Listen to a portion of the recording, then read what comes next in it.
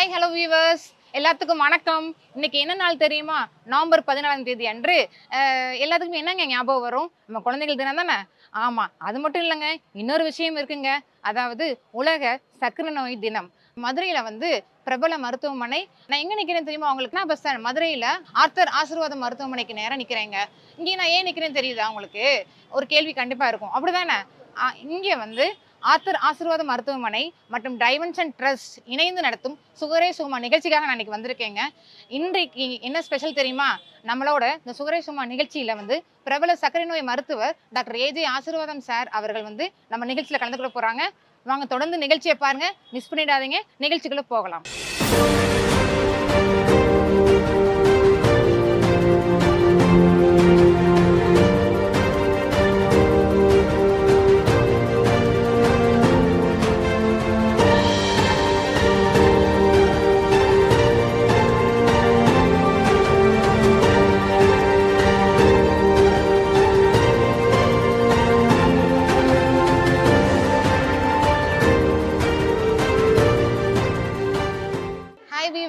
நான் ஏற்கனவே சொன்ன மாதிரி நம்ம பக்கத்துல டாக்டர் ஏஜே ஆசீர்வாதம் சார் அவங்க வந்திருக்காங்க. சுகரே சுகமா நிகழ்ச்சிக்கு சார் வந்திருக்காங்க. அதாவது ஒவ்வொரு வருஷமும் சுகரே சுகமா நிகழ்ச்சி நடத்துறப்ப வித்தியாசமா பண்ணுவாங்க ஏஜே ஆசீர்வாதம். ஸோ இந்த தடவை சார் என்ன மாதிரிலாம் நிகழ்ச்சி நடத்த போறாங்க சார் மூலமே கேட்கலாம். ஹலோ அம்மா, வணக்கம் வியூவர்ஸ். உங்க எல்லாருக்கும் உள்ள முக்கியமான விஷயம் சர்க்கரைங்கிறது ரொம்ப கசப்பான ஒரு என்டிட்டி வாழ்க்கையில். அதை இனிப்பாகவும் சுகமாகவும் மாற்றுறது தான் எங்களுடைய நோக்கம். இதுக்கு முக்கியமான விஷயம் சர்க்கரை வியாதியை பற்றி நல்லா தெரிஞ்சுக்கிட்டா அதை தடுக்கிறதுக்கும் அதை நல்லபடியாக வைத்தியம் பண்ணி அதனால் உள்ள பிரச்சனைகளில் மாட்டிக்காமல் இருக்கிறதுக்கும் உதவியாக இருக்கும். இதுதான் இந்த சுகரே சுகமா நிகழ்ச்சியோட முக்கிய நோக்கம்.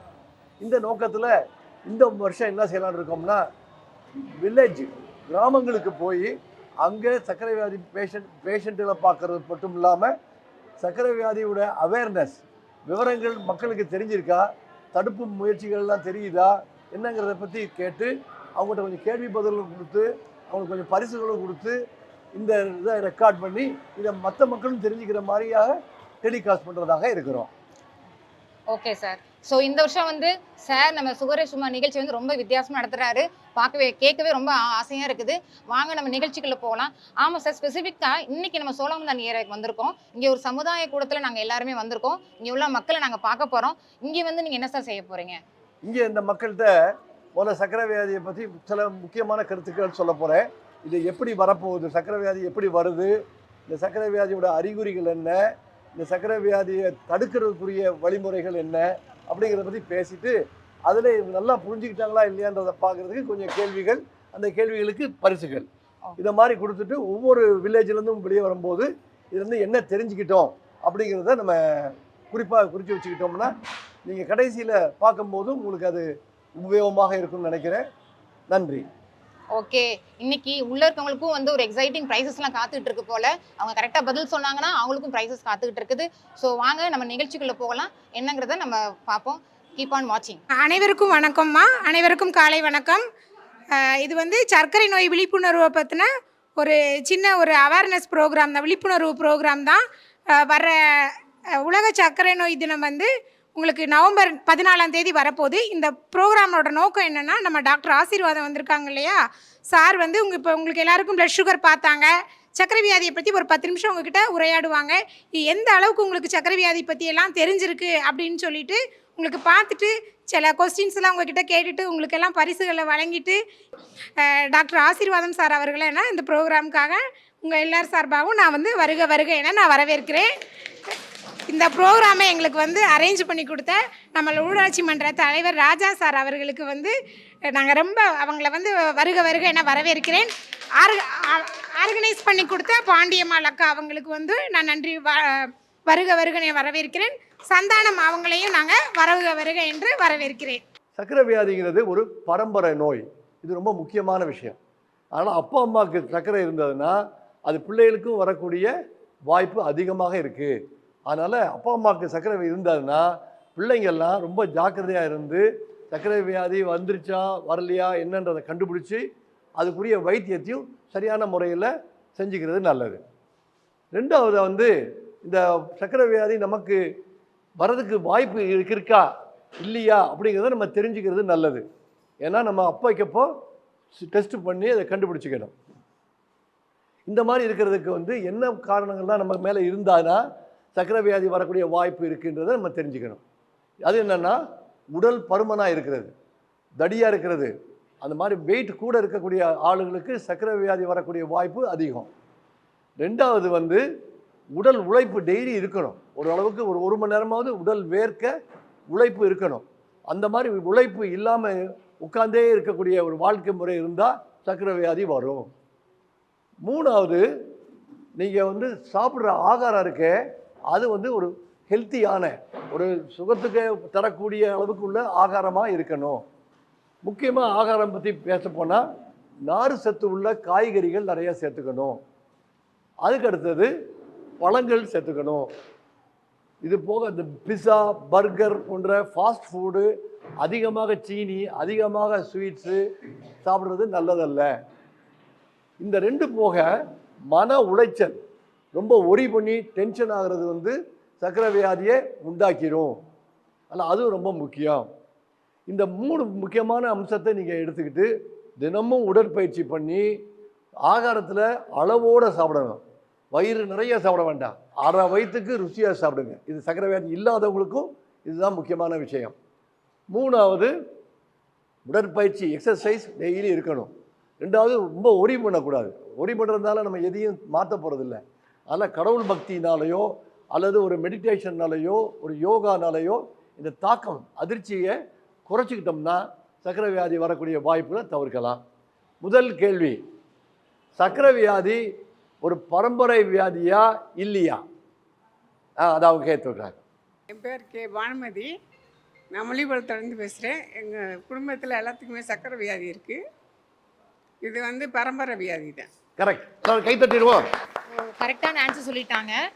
அவங்களுக்கு ஒரு பிரைஸ் கொடுத்துடலாம். சர்க்கரை வியாதியை வராமல் தடுக்கவோ தள்ளி போடவோ முடியுமா முடியாதா? கை தூக்குங்க. அம்மா அம்மா. என் பேர் லட்சுமி சார். தடுக்க முடியும் sir. Very good, correct answer. கை தட்டுங்க.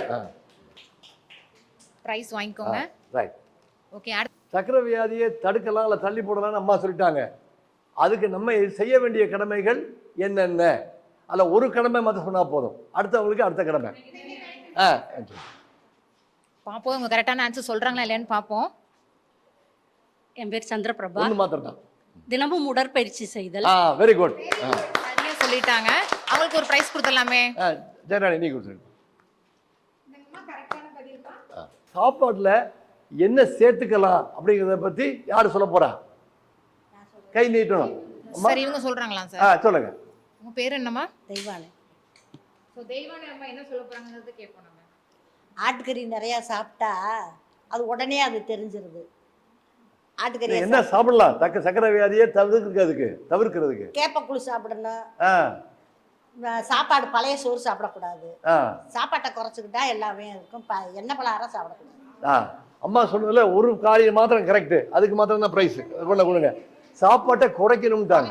நான் ஏற்கனவே சொன்னது போல வயிறு நிறைய சாப்பிடாம அரை வயிற்றுக்கு சாப்பிடுங்க. அதான் கொடுங்க. இங்கே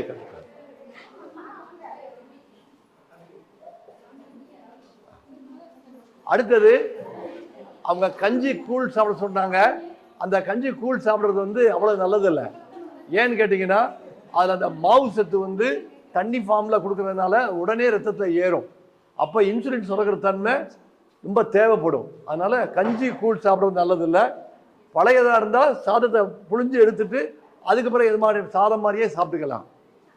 ஆட்டுக்கறி சாப்பிட்றத பற்றி சொன்னாங்க. ஆட்டுக்கறியோ சிக்கன், மீன், முட்டை இதெல்லாம் நான் வெஜிடேரியன் சாப்பிடும்போது அளவோடு சாப்பிடணும், கொஞ்சமாக சாப்பிடணும், பொரிக்காமல் சாப்பிட்டா நல்லது. எண்ணெய் சத்து இல்லாமல் இருந்தால் நல்லது.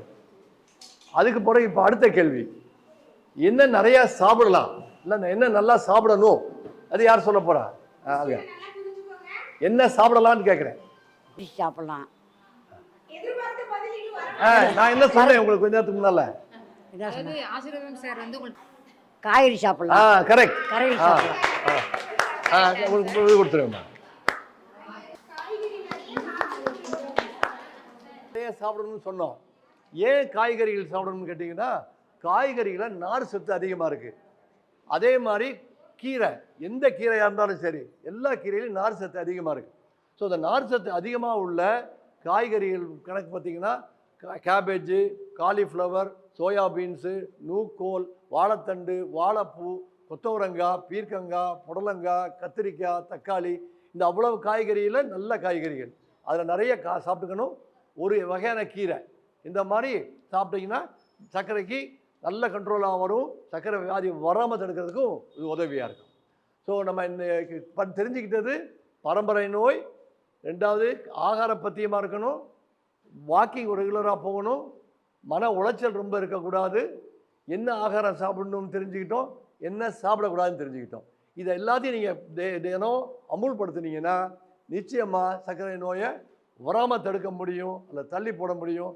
வந்துட்டால் நல்ல முறையில் ட்ரீட்மெண்ட்டும் பண்ண முடியும். உங்கள் அனைவருக்கும் நன்றி. ஐயாவுக்கு ரொம்ப நன்றி. எந்த மாதிரி சந்தேகங்கள் எது இருந்தாலும் எப்போனாலும் நீங்கள் ஃபோன் பண்ணி கூட கேட்டுக்கலாம். நம்பர் அதில் இருக்குது. நன்றி, வணக்கம்.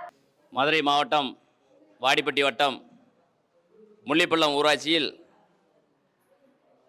ஆசீர்வாதம் மருத்துவமனையும் நம்முடைய முள்ளிப்பள்ளம் ஊராட்சி மன்றமும் இணைந்து நடத்துகின்ற உலக சர்க்கரை நோய் தினத்தை முன்னிட்டு நடைபெறுகின்ற இந்த சர்க்கரை நோய் பற்றிய அவேர்னஸ் விழிப்புணர்வு முகாமை நடத்தி கொண்டிருக்கக்கூடிய ஆசீர்வாதம் மருத்துவமனையுடைய இயக்குனர் மருத்துவர் ஐயா அவர்களுக்கும் அவருடைய குழுவினருக்கும் நிகழ்ச்சியில் கலந்து கொண்டு இருக்கக்கூடிய கிராம தலைவர் சபா ராஜமாணிக்கம் அவர்களுக்கும் ஏற்பாடு செய்த அந்நியார் பாண்டியம்மாள் செல்லமுத்து அவர்களுக்கும் முன்னாள் கவுன்சிலர் ஊராட்சி மன்ற உறுப்பினர் சந்தானலட்சுமி ராஜமாணிக்கம் அவர்களுக்கும் வருகிருந்து சிறப்பித்து கொண்டிருக்கக்கூடிய நம்முடைய முள்ளிப்பள்ளம் ஊராட்சிக்குட்பட்ட அனைத்து தாய்மார்களுக்கும் சகோதரிகளுக்கும் முதற்கண் காலை நேர தென்றல் வணக்கத்தை தெரிவித்துக் கொள்கிறேன்.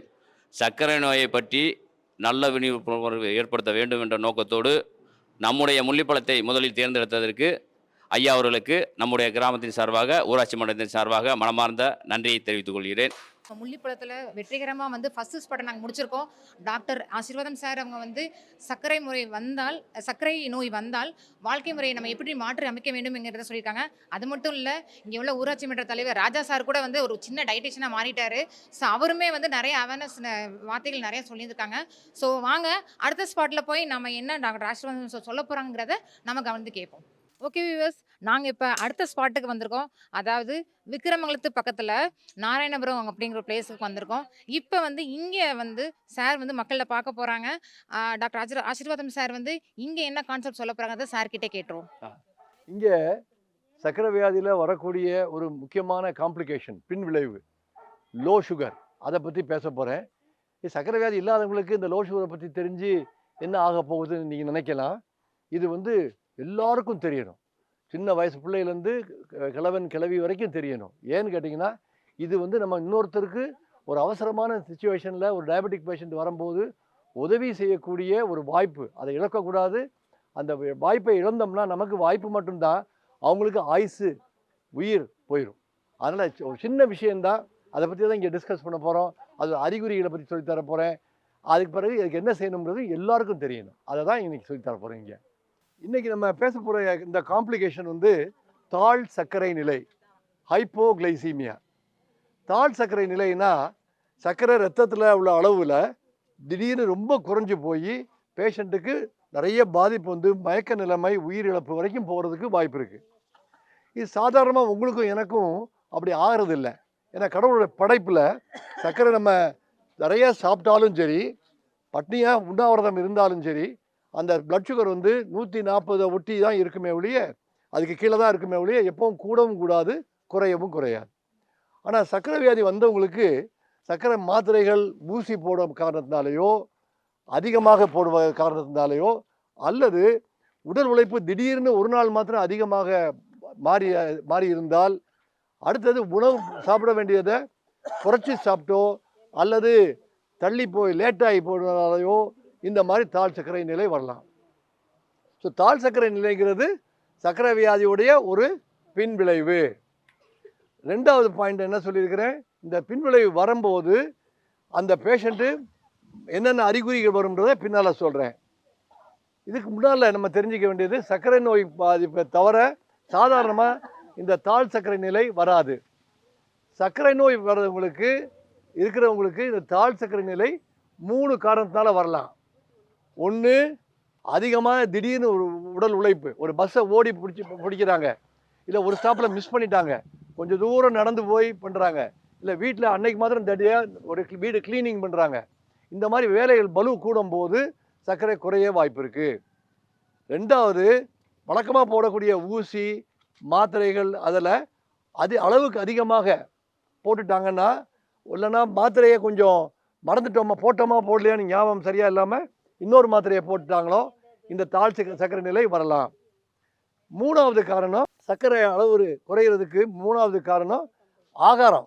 ஆகாரத்தில் வழக்கமாக சாப்பிட வேண்டிய ஒரு 3 இட்லி சாப்பிட வேண்டிய நபர் 1 இட்லி சாப்பிட்றாங்க, அப்போ அவங்களுக்கு வரும். அல்லது நேரம் கழித்து சாப்பிட்றாங்க, 12 மணிக்கு 1 மணிக்கு சாப்பிட வேண்டியவங்க 1 மணிக்கு சாப்பிடாம சாப்பாடு வரல, இல்லை சமையல் ரெடி ஆகலை, லேட் ஆகுது 2:30 மணி ஆகுது, 2:30 மணி ஆச்சு 3 மணி ஆச்சுன்னா சர்க்கரை குறைஞ்சி போயிடும். இந்த 3 தான் முக்கியமான காரணம். இதுக்கு பிறகு இதோட அறிகுறிகள் என்ன? அறிகுறிகள்னு பார்க்கும்போது முதல்ல வெறும் சலவையாக வேர்க்கிறது, நல்ல வேர்க்கும், சலவையாக வேர்க்கும். அடுத்தது கை நடுக்கம் ஏற்படும். அப்புறம் நெஞ்சில் படபடப்பு, படக் படக் படக்குன்னு இருதயம் வேகமாக துடிக்கும். இந்த 3 அறிகுறி இருக்கும் பிறகு கிறுகிறுப்பு மாதிரி வரும், வாய் ரொம்ப காஞ்சி போயிடும், பேச்செல்லாம் குளரும். அப்புறம் நடை பண்ணும்போது இந்த மது அருந்தியவர் போல் நேரம் நடக்காமல் தள்ளாடி நடக்கிற மாதிரி வரும். அதுக்கு பிறகு உளறி பேசுவாங்க, நினைவு தெரியாத மாதிரி. அதுக்கும் மேலே காக்கா வலிப்பு மாதிரி வெட்டு மாதிரி வரலாம். இந்த காக்கா வலிப்பு மாதிரி வெட்டு வந்துச்சுன்னா ரொம்ப ஸ்டேஜ் சிவியர், ரொம்ப ஜாஸ்தி, ரொம்ப லோவாக போயிடுச்சு. அதுக்கு கடைசியாக அது மயக்க நிலைமை, கோமா ஸ்டேஜ், மயக்க நிலைமை. அந்த நேரத்துக்குள்ளேயும் நம்ம ஒன்றும் வைத்தியம் பண்ணலன்னா இறந்து போயிடுவாங்க. இந்த தாழ் சர்க்கரை நிலை சர்க்கரை வியாதியில் எப்போ வரும்? அது என்ன பின்விளைவா இல்லை பின்விளைவு இல்லையா? கை தூக்கணும். எழுந்திரிக்கணும். பின்விளைவு. கரெக்ட். கை தட்டி எல்லாரும். கரெக்டான பதில் சொல்லிட்டாங்க. அவங்களுக்கு வந்து ஒரு பிரைஸ் கொடுத்துடலாம். ஜெரானி. சோ அடுத்த क्वेश्चन டாக்டர் கேட்க போறாங்க. எல்லாம் ரெடியா இருங்க. இப்போ நான் சொன்னேன் 3 வகையான காரணத்தால தாழ் சர்க்கரை நிலை வரும்னு சொன்னேன். அப்போ ஒரு காரணத்தை முதல்ல சொல்லுங்க. யாரு சொல்ல போறா? பேரு பூமாதேவி. லேட்டா சாப்பிடுறதுனால அந்த இது வரும். Very good. கை தட்டுங்க. ரைட்டான பதில் சொல்லிட்டாங்க. சார் உங்களுக்கு gift கொடுக்க போறாங்க. லேட்டா சாப்பிடுறதுனாலயோ அளவு குறைச்சு சாப்பிடுறதுனாலயோ இந்த மாதிரி லோ சுகர் வந்து வரதுக்கு வாய்ப்பு இருக்கு. புரிஞ்சுட்டீங்களா? சாப்பாடு மிஸ் ஆயிருது, இல்லை லேட் ஆயிருது, இல்லை சாப்பாடை குறைச்சி சாப்பிட்றீங்க, 3க்கும் அது வரும். Very good. அடுத்த காரணம் சொல்லுங்க. சுனில் நீங்க வந்து. என் பேர் தனலட்சுமி. அதிக உடற்பயிற்சி செய்வது, அதாவது அதிக உடல் உழைப்பில் கூட அப்போ மாமியாருக்கு செலவு வேலை ஜாஸ்தி ஆயிரும், அந்த மாதிரி நேரத்தில் லோ சுகர் வர்றதுக்கு வாய்ப்பு இருக்கு. கரெக்டாக சொல்லிட்டீங்க. இந்த 3வது காரணம் ரைட். கரெக்ட். மறதியா இன்னொரு மாத்திரை போட்டுருவாங்க, ஊசியை கூட போட்டுருவாங்க. அந்த வைத்திய முறையினாலையும் வர்றதுக்கு வாய்ப்பு இருக்கு. சரியா? Very good. இப்போ அறிகுறிகள் பத்தி நீங்க சொல்லணும். ஒரு 2 அறிகுறி சொன்னா போதும். ஒருத்தர் யார் சொல்ல போறா? அம்மா சொல்ல போறாங்களா? கையெல்லாம் நடுங்கும், வேர்வை அதிகமாக வரும். போதும். கை நடுக்கம். அம்மா சொல்லுங்க.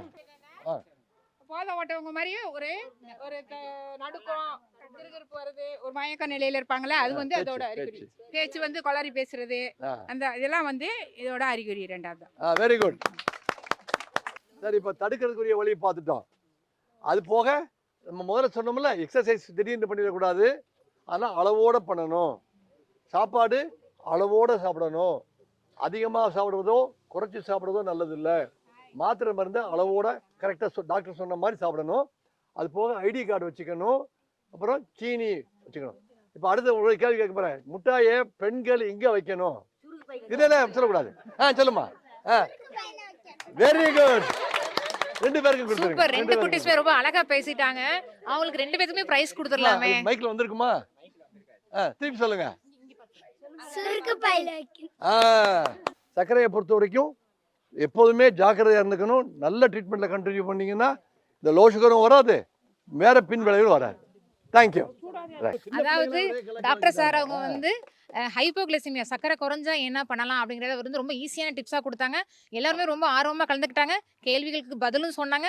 ப்ரைஸஸும் நிறைய வாங்கிட்டாங்க. இந்த சின்ன பிள்ளைங்க கூட வந்து ஈஸியா ஆன்சர் பண்ணி நல்லா வாங்கிட்டாங்க. அந்த அளவு வந்து நம்ம டாக்டர் சார் ரொம்ப அழகா வந்து எக்ஸ்பிளைன் பண்ணியிருக்காங்க. ஸோ அடுத்த ஸ்பாட்டுக்கு போவோம். அங்க நம்ம டாக்டர் சார் வந்து என்ன சொல்லப் போறாங்கிறத நம்ம போய் கேட்போம். ஹலோ வியூவர்ஸ், கடைசியா நாங்க வந்து 3வது ஸ்பாட்டுக்கு வந்திருக்கோம். இந்த சுவரே சும்மா நிகழ்ச்சி வந்து ரொம்ப விறுவிறுன்னு போயிட்டே இருக்குது. எங்களுக்கே ரொம்ப சர்ப்ரைஸாவும் இருக்குது. ஏன்னா நாங்க இப்ப இங்க வந்திருக்க ஸ்பாட் என்ன அப்படின்னு தெரியுமா? மேலக்கால்ல ஒரு சர்ச்சுக்கு வந்து நின்னுருக்கோம். அந்த சர்ச்ல இப்பதான் சர்வீஸ் முடிச்சாங்க. முடிச்சோனே எங்கள வாங்கன்னு சொன்னோனே எங்களுக்கு ரொம்ப சந்தோஷமா போயிடுச்சு. ஸோ நாங்க உடனே வந்துட்டோம் அந்த சர்ச்சுக்கு. ஸோ அங்க பார்த்தீங்கன்னா நெறைய மக்கள் ஆர்வத்தோட இருக்கிறாங்க. நம்ம டாக்டர் ஆசீர்வாதம் சார் இப்போ என் கூட இருக்கிறாங்க. இங்க வந்து சார் நீங்க என்ன கான்செப்ட்ல நீங்க பேச போறீங்க சார்? இங்கே சர்க்கரை வியாதியில் பற்றி ஒரு முழு விவரத்தை சின்னதாக சொல்லலான்னு இருக்கிறேன். ஏன்னா இவங்க எல்லாருக்கும் சர்க்கரை வியாதினா என்ன நல்லா தெரியணும். ரெண்டாவது சர்க்கரை வியாதிக்காக உரிய டெஸ்ட்டுகள், பரிசோதனைகள் என்னன்றதை பற்றி பேச போகிறோம். இதுதான் இங்கே வச்சு பேச போகிறோம்.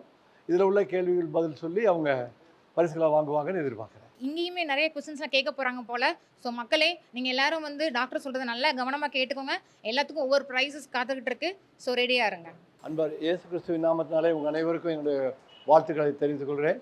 இந்த ஒரு சர்ச்சில் ஒரு சின்ன காம்பனண்ட் வேலை செய்ய கொடுத்த இந்த வாய்ப்பை கொடுத்ததுக்கு கடவுளை நான் ரொம்ப துதிக்கிறேன், ஸ்தோத்திரிக்கிறேன், நன்றி சொல்கிறேன். இன்றைக்கி நம்ம எடுக்க போகிற ப்ராஜெக்ட் என்னன்னு கேட்டிங்கன்னா, கிராமத்தில் மக்களுக்கு சர்க்கரை வியாதியை பற்றி சொல்லணும், அவங்களுக்கு எவ்வளோ விவரம் தெரியுதுங்கிறத பார்த்து அவங்க மோட்டிவேட் பண்ணுறதுக்காக சில பரிசுகளையும் கொடுத்து கேள்வி பதில் மாதிரியும் வச்சு பண்ண போகிறேன். இப்போ உங்கள்கிட்ட நான் பேச போகிறது வந்து சர்க்கரை வியாதி அப்படிங்கிறத பற்றி உங்களுக்கு என்னென்ன தெரியணுமோ அதை பற்றி நான் சொல்ல போகிறேன். அதுக்கு பிறகு சர்க்கரை வியாதிக்காக நம்ம செய்கிற பரிசோதனைகள் என்னன்றதை சொல்ல போகிறேன். நான் சொல்கிறதுலேருந்து தான் இந்த கேள்விகள் இருக்கும். ஆனால் அதை நல்லா கவனமாக கேளுங்க. அதை கவனமாக கேட்டு அந்த பதில் சொன்னீங்கன்னா அதுக்குரிய பரிசுகள்லாம் பண்ணுறோம். இந்த மாதிரி இப்போ இந்த கேள்வி பதில் எடுத்து படம் எடுக்கிறது எல்லாத்துக்கும் உங்களுக்கு இதை ரெக்கார்ட் பண்ணி 14ஆம் தேதி உலக சர்க்கரை நோய் தினத்தன்னைக்கு நம்ம கேபிள் டிவியில் வரும். அது என்றைக்கு எப்போ வரும்ன்றதை ஐயாட்ட சொல்லி நான் உங்களுக்கு ஏற்பாடு பண்ணுறேன். ஸோ சர்க்கரை வியாதின்றது டயபெட்டிஸ்ன்னு சொல்கிறோம். இதுக்கு மெயின் பிரச்சனை என்னென்னா ரத்தத்தில் சர்க்கரை அளவு கூடியிருக்கு. இந்த ரத்தத்தில் சர்க்கரை அளவு கூடுனா என்ன அப்படின்னு நினைக்கலாம். ஆனால் இது ரத்தத்தில் மட்டும் இல்லை, இது வந்து எல்லா தசைக்குள்ளேயும் இந்த சர்க்கரை அதிகமான அளவு உள்ளே போகிறதுனால எல்லா தசையும் பாதிக்கப்படுது. இன்னொன்று வந்து சில அணுக்களுக்குள்ளே சர்க்கரை சத்து உள்ளே போக முடியல. ஏன்னா இன்சுலின் பற்றாக்குறை. இந்த இன்சுலின் பற்றாக்குறையினால தான் சர்க்கரை அதிகமாகுது. இன்சுலின் நல்லா இருந்ததுனா உடம்புல இந்த குளுக்கோஸ் வந்து ரத்தத்தில் உள்ளது எல்லா தசைக்கும் போய் அது வந்து சாப்பாடு மாதிரி ஒரு ஒரு அணுக்களுக்கும் அது செரித்து ஒவ்வொரு அணுக்களும் நல்லா ஸ்ட்ராங்காக இருக்கும். இன்சுலின் பற்றாக்குறையினால் அந்த சர்க்கரையானது அணுக்களுக்கு உள்ளே போகாமல் அது சர்க்கரை இரத்த குழாயிலே இருக்கிறதுனால இரத்த குழாய் கெட்டு போகுது. அதே மாதிரி சத்து இல்லாமல் அந்த அணுக்கள்லாம் கெட்டு போயிடுது. இதுதான் சர்க்கரை வியாதி. இந்த சர்க்கரை வியாதினால அறிகுறிகள் என்ன தெரியுதுன்னு பார்த்தீங்கன்னா, உடல் அதிக தாகம், அதிக பசி, அதிகமாக நீர் போதல், இந்த 3 தான் ரொம்ப சர்க்கரையினால் வரக்கூடிய அறிகுறிகள். இது போக நல்ல தடியாக இருந்தவங்க மெலிவாய்ப்பு வருது, நீர் போடுறதுல அரிப்பு வருது, தோள்பட்டையில் வலி வருது, அசதி, சோர்வு, இந்த மாதிரி வரக்கூடிய அறிகுறிகள் இருக்குது. ஆனால் இதெல்லாம் முக்கியமான விஷயம் என்னன்னு கேட்டிங்கன்னா, சர்க்கரை வியாதிக்கு அறிகுறிகளே இல்லாமல் வரலாம். அந்த காரணத்தினால தான் இந்த இரத்த பரிசோதனைன்னு செய்கிறோம். இன்றைக்கி இரத்த பரிசோதனை உங்களுக்கு செஞ்சுருக்கிறதுல 140க்கு கீழே இருந்தால் உங்களுக்குலாம் ஒரு மிஸ்டேக்கும் இல்லை. ஆனால் 140க்கு மேலேயோ 140ஓ இருந்தால் சர்க்கரை வியாதியோ சர்க்கரை வியாதிக்கு முந்தைய நிலையோ இருக்கிறதுக்கு வாய்ப்பு இருக்குது. அந்த மாதிரி இருந்ததுன்னா டாக்டரை சந்தித்து பரிசோதனை செஞ்சு வைத்திய முறையை சீக்கிரம் ஆரம்பித்தோம்னா சர்க்கரை வியாதியாக போக விடாமலும் தடுத்துக்கலாம். அது சர்க்கரை வியாதியாக ஆரம்பித்தா கூட நார்மலுக்கும் கொண்டாந்துடலாம். அதனால் ஒவ்வொருத்தரும் 6 மாதத்துக்கு ஒருக்கா ஒரு ரத்த டெஸ்ட்டு, சுகர் டெஸ்ட்டு பண்ணி பார்த்துக்கிறது நல்லது. அறிகுறிகளே இல்லாமல் இருக்கும்போது நம்ம இந்த மாதிரி டெஸ்ட் பண்ணுறது தவிர இதை கண்டுபிடிக்கிறதுக்கு வேறு வழியே இல்லை. அந்த சர்க்கரை பாட்டு இருந்துட்டு போட்டுமே அப்படின்னு நினச்சோம்னா அப்படி விட முடியாது. ஏன்னா சர்க்கரையினால் வரக்கூடிய காம்ப்ளிகேஷன் ரொம்ப அதிகம், பின்விளைவுகள் ரொம்ப அதிகம். கண்ணு கெட்டு போயிடும், கண் பாதிப்பு, ஹார்ட் பாதிப்பு, மூளை பாதிப்பு, பக்கவாதம் வர்றது, நுரையீரலில் டிபி சளி பாதிப்பு வர்றது, நீர்ப்பையில் இன்ஃபெக்ஷன் வர்றது, கால் நரம்புகள் கெட்டு கால் இரத்த குழாயில் கெட்டு கால் அழுகி போகக்கூடிய வாய்ப்புகள் இருக்குது, கிட்னி பாதிப்பு இருக்குது, ஈரல் பாதிப்பு இருக்குது. சர்க்கரை வியாதினால் பாதிக்கப்படாத உறுப்பு உடம்புல இல்லை, எல்லாத்தையும் பாதிச்சிடும். இன்னொரு கெட்ட குணம் அதுக்கு என்னன்னு கேட்டிங்கன்னா அறிகுறிகளே இல்லாமல் பாதிச்சிடும். அதனால தான் நம்ம அந்த டெஸ்ட்டுகளெல்லாம் பண்ணாதான் இந்த பாதிப்பு ஆரம்ப கட்டத்தில் கண்டுபிடிச்சா அதெல்லாத்தையும் சரி பண்ண முடியும். லேட்டாக கண்டுபிடிச்சோம்னா ரொம்ப ஒன்றும் செய்ய முடியாத வீரியத்தை தான் குறைக்க முடியும். அதனால தான் சர்க்கரையை கண்டுபிடிக்கணும், சர்க்கரையோட காம்ப்ளிகேஷனை கண்டுபிடிக்கணுங்கிறதுக்கு தான் நம்மளோட நோக்கம். வைத்திய முறைன்னு பார்க்கும்போது 3 காம்பனண்ட் இருக்குது. ஒன்று வந்து உடற்பயிற்சி, ஒரு 3/4 மணி நேரம்லேருந்து 1 மணி நேரம் வரைக்கும் வாக்கிங்கோ, ஏதாவது கேம்ஸ் விளையாடுறதோ, ஒரு பேட்மிண்டன் விளையாடுறதோ, இந்த மாதிரி ஏதாவது ஒரு உடற்பயிற்சி கட்டாயமாக செஞ்சுக்கிறது நல்லது. அடுத்தது ஆகார பத்தியம்ன்றது வந்து சர்க்கரைக்கு உங்கள் உடம்புக்கு உங்கள் எடைக்கு ஏற்ற உயரத்துக்கு ஏற்ற எடையில் எவ்வளோ அளவு சாப்பிடலான்றதை டாக்டர் அறிவிப்பாங்க, டயட்டிஷியன் சொல்லி தருவாங்க. இந்த குறிப்பிட்ட அளவு என்ன அளவு கொடுக்குறாங்களோ அந்த அளவை கரெக்டாக மீறாமல் குறைக்காமல் சாப்பிட்டுக்கிறது நல்லது. நீங்கள் பார்த்தீங்கன்னா சர்க்கரை வியாதிக்காக தனி சமையலே கிடையாது. ஹோட்டலில் போய் கூட சாப்பிட்லாம். உதாரணமாக காலையில் எந்திரிச்சோன்னே ஒரு காஃபி, 2-3 மேரி பிஸ்கெட்டு, ரொம்ப 8 மணிக்கு 8:30 மணிக்கு ஒரு பிரேக்ஃபாஸ்ட், அதுக்கு ஒரு 3 இட்லி, கொஞ்சம் சட்னி, கொஞ்சம் சாம்பார், தேங்காய் சட்னி இல்லாமல் வெங்காய சட்னி, பருப்பு சட்னி, புதினா சட்னி, இது மாதிரி சாப்பிட்டுக்கலாம். 11 மணிக்கு ஒரு டம்ளர் மோர், கொஞ்சம் வெள்ளரி பிஞ்சு, 1 மணிக்கு 1:30 மணிக்கு சாப்பாடு ஒரு டம்ளர் அளவுக்கு, அதில் 2.5 டம்ளர் ஆம்பளைங்களுக்கு, 2 டம்ளர் பெண்களுக்கு. இந்த சாதத்தை 3ஆக பகுத்து குழம்பு, ரசம், மோர் போட்டு சாப்பிட்டுக்கலாம். காய்கறிகள் போது ஒரு கட்டாயமாக ஒரு கீரை வேணும். இந்த கீரை போக நார்ச்சத்துள்ள ஆகாரங்கள் காய்கறிகளோட கேபேஜி, காலிஃப்ளவர், சோயாபீன்ஸு, நூக்கோல், வாழைத்தண்டு, வாழைப்பூ, கொத்தவரங்காய், பீர்க்கங்காய், புடலங்காய், கத்திரிக்காய், தக்காளி, இந்த மாதிரி உள்ள காய்கறிகளை 2 காய் இதை வச்சு சாப்பிடலாம். நான் வெஜிடேரியன் சாப்பிட்றவங்க ஒரு சின்ன துண்டு மீன் அல்லது சின்ன துண்டு 2-3 துண்டு கறி, இல்லை ஒரு சின்ன 2 பீஸ் சிக்கனு குழம்புல போட்டதாக சாப்பிட்டுட்டா நல்லது. சாயந்தரம் 4 மணி போல் ஒரு டம்ளர் காஃபி, கொஞ்சம் சுண்டல், அவிச்ச சுண்டல் தாளிக்காமல். அப்புறம் 7-8 மணிக்கு சாப்பாடு சாப்பிடும்போது 3 சப்பாத்தி, ஏதாவது சப்பாத்திக்கு ஒரு சைட் டிஷ்ஷு, வெங்காயம், இந்த மாதிரி சாப்பிட்டுட்டு 10 மணி போல் ஒரு டம்ளர் பால், ஒரு பழம், ஒரு ஆப்பிளோ, ஒரு சாத்துக்குடியோ, ஒரு கொய்யாப்பழமோ, கொய்யாப்பழம் ரொம்ப நல்லது. அது போக கிரேப்ஸ்னால் ஒரு 10 கிரேப்ஸு, பப்பாளி பழம்னா ஒரு 4-5 துண்டு, அப்புறம் இந்த மாதிரி வாழைப்பழம் சின்னதாக இருந்தால் 1, பெருசாக இருந்தால் பாதி. ஸோ இதுதான் ஒரு டயட்டில் இருக்க வேண்டிய முறை. இந்த டயட்டில் இருந்து அந்த எக்ஸசைஸும் பண்ணி டாக்டர் உங்களுக்கு பரிந்துரைத்து கொடுத்துருக்க மாத்திரைகளை கரெக்டாக வேலையில் சாப்பிடணும். மாத்திரை சாப்பிட்டுட்டு இருக்கும்போது சர்க்கரை கரெக்டாக நார்மலாக தான் இருக்கும். நார்மலாக இருக்குன்றதுக்காக மாத்திரையை விட்டுறக்கூடாது, ஆகார பத்தியத்தை விட்டுறக்கூடாது, எக்ஸசைஸை விட்டுறக்கூடாது. ரத்தத்தில் என்ன கூட இருந்தால் சர்க்கரை வியாதின்னு சொல்கிறோம். ஆமாம், இன்சுலின். ரத்தத்தில் எது அளவு கூட இருந்தால் சர்க்கரை வியாதின்னு சொல்கிறோம்? சர்க்கரை அளவு. சர்க்கரை அளவு அதிகமாக இருந்தால் சர்க்கரை வியாதின்னு சொல்கிறோம். Very good. ஒரு ப்ரெசன்ட் கொடுத்துங்கம்மா, ஜெயராணி கொடுத்துருங்க. அவங்களுக்கு ஒரு ப்ரைஸ் கொடுத்துடலாம் நம்ம. அடுத்த கொஸ்டின் சார். சர்க்கரை ரத்தத்தில் அதிகமாக இருக்குன்னு சர்க்கரை வியாதி இருக்குன்னு சொல்லிட்டோம். அதுக்கு காரணம் என்ன? இன்சுலின் பற்றாக்குறைன்னு சொல்லியிருந்தேன், சரியா? அதனால் சர்க்கரைக்கு வந்து இன்சுலின் பற்றாக்குறையினால சர்க்கரை அளவு அதிகமாகி அது வந்து எல்லாத்தையும் பாதிக்குது, சரியா? இப்போ உடல் உறுப்பில் முக்கியமான உறுப்புகளில் எந்த உறுப்புகள்லாம் பாதிக்குதுன்னு ஒரு 2 உறுப்பு சொன்னால் போதும். யாராவது நீங்கள் சொல்லுங்கம்மா. Kidney, heart. கரெக்டாக ஆன்சர் Kidney. பண்ணிட்டாங்க. அவங்களுக்கு ஒரு ப்ரைஸ் கொடுத்துடலாம். Heart, very good. கொடுத்துருக்கம்மா. கிட்னி பாதிப்பு வரும், தலை பிரச்சனை, கண் பாதிப்பு வரும். கண் பாதிப்பு வரும், வெரி குட். அவங்களுக்கு ஒரு ப்ரைஸ் கொடுத்துடலாம். அம்மா நீங்கள் சொல்லுங்கள். அடுத்த பாதிப்பு நுரையீரல் பாதிக்கும். நுரையீரல் பாதிப்பில் டிபி சளி வரும், அறிகுறியே இருக்காது. அதனால தான் இந்த டெஸ்ட்டுகளெல்லாம் பண்ணி பார்க்குறோம். இப்போ நம்ம காம்ப்ளிகேஷன் எந்தெந்த காம்ப்ளிகேஷன் பார்த்துட்டோம். இன்னொரு முக்கியமான காம்ப்ளிகேஷன் கால் காம்ப்ளிகேஷன், அதை நீங்கள் ஞாபகம் வச்சுக்கணும், சரியா? அடுத்தது சர்க்கரை வியாதி வந்துருச்சு, காம்ப்ளிகேஷன் வந்துருச்சு. இப்போ நம்ம ட்ரீட்மெண்ட் பண்ணணும். ட்ரீட்மெண்ட் பண்ணுறதுக்கு முன்னால் என்னென்ன டெஸ்ட்டு, எதுக்கு டெஸ்ட்டுன்றது எல்லாமே நீங்கள் தெரிஞ்சிக்க வேண்டியதில்லை. ஆனால் சில வியாதிக்கு மாத்திரம் ஒரு காம்ப்ளிகேஷனுக்குள்ள டெஸ்ட்டு சொல்கிறேன். அந்த டெஸ்ட்டை சொல்கிறேன், அது எந்த உறுப்பை நம்ம பார்க்குறதுக்குன்னு நீங்கள் சொல்லணும். ஹார்ட் அட்டாக்கை கண்டுபிடிக்கக்கூடிய டெஸ்ட் என்னது? சொல்லக்கூடாது. சொல்லுங்க சொல்லுங்க ஐயா. உங்க நேம் சார்? சார் கேட்ட क्वेश्चन ஹார்ட் கரெக்ட்டா அட்டாக்கை ஆன்சர் பண்ணுங்க. கண்டுபிடிக்கக்கூடிய டெஸ்ட் பேரு correct, very good. Very good, கரெக்ட்டா நல்லா கேட்டுட்டீங்க. அவங்களுக்கு ஒரு ப்ரைஸ் கொடுத்துடலாம். Very good.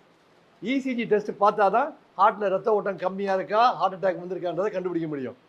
நெஞ்சு வலியே இல்லாமல் இருக்கலாம், அதான் சைலண்ட் கில்லர்னு பேர். டயபெட்டிஸ்க்கு சைலண்ட் கில்லர்.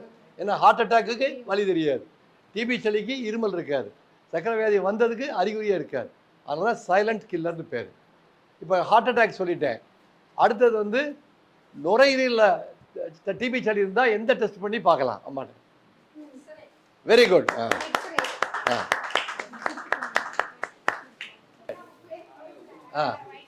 ஸோ இப்போ என்னென்ன காம்ப்ளிகேஷனுக்கு என்னென்ன டெஸ்ட், 2 டெஸ்ட்டு சொல்லியிருக்கிறேன்.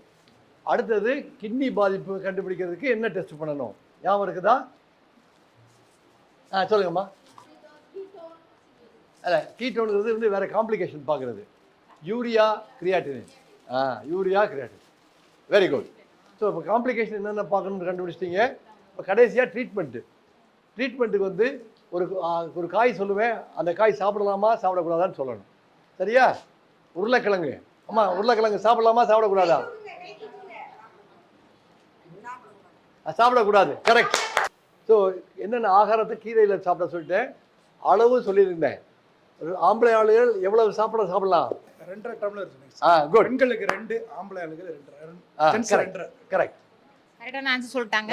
நம்ம சர்ச் பாஸ்டருக்கே ஒரு பிரைஸ் கொடுத்துடலாம். ஸோ உங்களுக்கு எல்லாம் இது பயனுள்ளதாக இருந்திருக்கும்னு நினைக்கிறேன். ஸோ சர்க்கரை வியாதிங்கிறது ரத்தத்தில் சர்க்கரை அளவு அதிகமாகிறது இன்சுலின் பற்றாக்குறையினால. அது அறிகுறியே இல்லாமல் இருக்கலாம், ஆனால் எல்லா உறுப்புகளையும் தாக்கலாம். ஆனால் எல்லா உறுப்பையும் தாக்கிறதுனால சர்க்கரை டெஸ்ட்டையும் பண்ணி கண்டுபிடிச்சி சர்க்கரையினால் வரக்கூடிய பின்விளைவுகள் எல்லாத்துக்கும் டெஸ்ட்டுகள் பண்ணி பார்த்துக்க வேண்டியது மிக மிக அவசியம். எந்த பேஷண்ட்டையும் இந்த காம்ப்ளிகேஷன் வராமல் தடுக்கிறதுக்கு முக்கியமான அம்சம் நல்ல பிளட் சுகர் கண்ட்ரோல். நல்ல சுகர் கண்ட்ரோல் பண்ணால் இந்த எந்த காம்ப்ளிகேஷனும் வராது. புரியுதா? அதனால் வந்துருச்சுன்னா பயப்பட வேண்டாம். அது நல்ல வைத்தியம் பண்ணி காம்ப்ளிகேஷன் இல்லாட்டா ஒரு நியர் நார்மல் லைஃப் லீட் பண்ணான்னு கூறி இந்த வாய்ப்பு கொடுத்தமைக்கு நன்றி. ரெண்டாவது, உங்கள் இந்த ஒரு சர்ச்சில் பார்ட்டிசிபேட் பண்ணது ரொம்ப சந்தோஷம். Thank you very much. ஆனால் நம்ம வந்து இதை நல்லா அறிவுபூர்வமாக ஆழமாக தெரிஞ்சு கொண்டதுனால இந்த காரியத்தை அநேகருக்கு நாங்கள் சொல்லி விழிப்புணர்வு உண்டாக்குறதுக்கு ரொம்ப பிரயோஜனமாக இருந்துச்சு. நல்ல விதத்தில் நாங்கள் அப்சர்வ் பண்ணிக்கிட்டோம். Thank you sir. ஸோ நம்மளோட சுகரே சுகமா நிகழ்ச்சி வந்து 3வது ஸ்பாட்டுக்கு வந்திருக்கோம். ரொம்ப சக்ஸஸ்ஃபுல், நல்லபடியாக போயிட்டே இருக்குது. மேலக்கால் சர்ச்சில் உள்ள மக்கள் வந்து ரொம்ப அட்டகாசமாக பதில் சொல்லிட்டாங்க. ஸோ அவங்களுக்கும் எங்களுக்கு மனமாத நன்றி.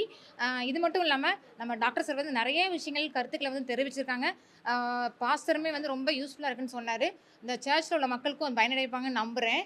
இதே மாதிரி அடுத்த ஸ்பாட்டில் போய் நம்ம எங்கேன்னு போகிறோன்னு பார்ப்போம். அங்கே நம்ம டாக்டர் ஏஜே ஆசீர்வாதம் சார் வந்து அடுத்து வரப்போகிற மக்களுக்கு வந்து என்ன கருத்துக்களை சர்க்கரை நோயை பற்றி சொல்ல போகிறாங்கிறத நம்ம பொறுத்திருந்து பார்ப்போம். வாங்க அடுத்த நிகழ்ச்சிக்கு போகலாம். ஹலோ வியூவர்ஸ், சுகரே சுகமா நிகழ்ச்சியில் இப்போது நாங்கள் 4வது ஸ்பாட்டுக்கு வந்திருக்கோம்.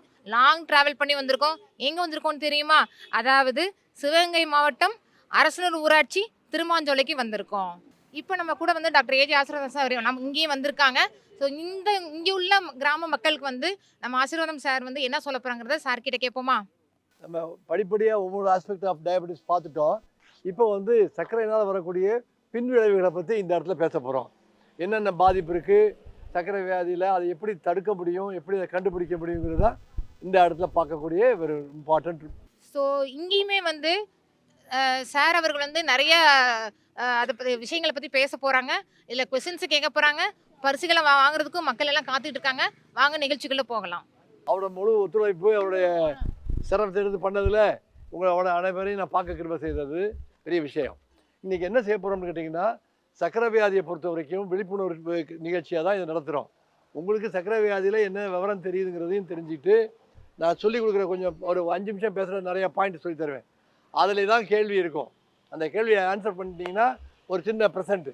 இன்றைக்கி இப்போ இந்த நேரத்தில் என்ன பார்க்க போகிறோம்னா, சர்க்கரை வியாதியோட பின் விளைவுகள், காம்ப்ளிகேஷன்ஸ். சரியா? சர்க்கரை வியாதிங்கிறது ரத்தத்தில் சர்க்கரை அதிகமாக இருக்கிறது தான் சர்க்கரை வியாதி. ரத்தத்தில் நிறையா இருக்குது, ஆனால் அணுக்களுக்குள்ளே போக மாட்டேங்குது. ஏன்? இன்சுலின் பற்றாக்குறை.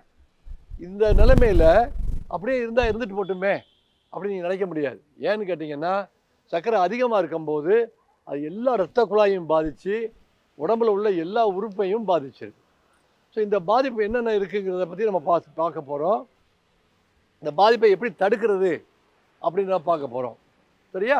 அது மாதிரி வராமல் இருக்கிறதுக்கு என்ன செஞ்சு கண்டுபிடிச்சி நம்ம அதை தடுக்கணும் அப்படிங்கிறதையும் பேச போகிறோம்.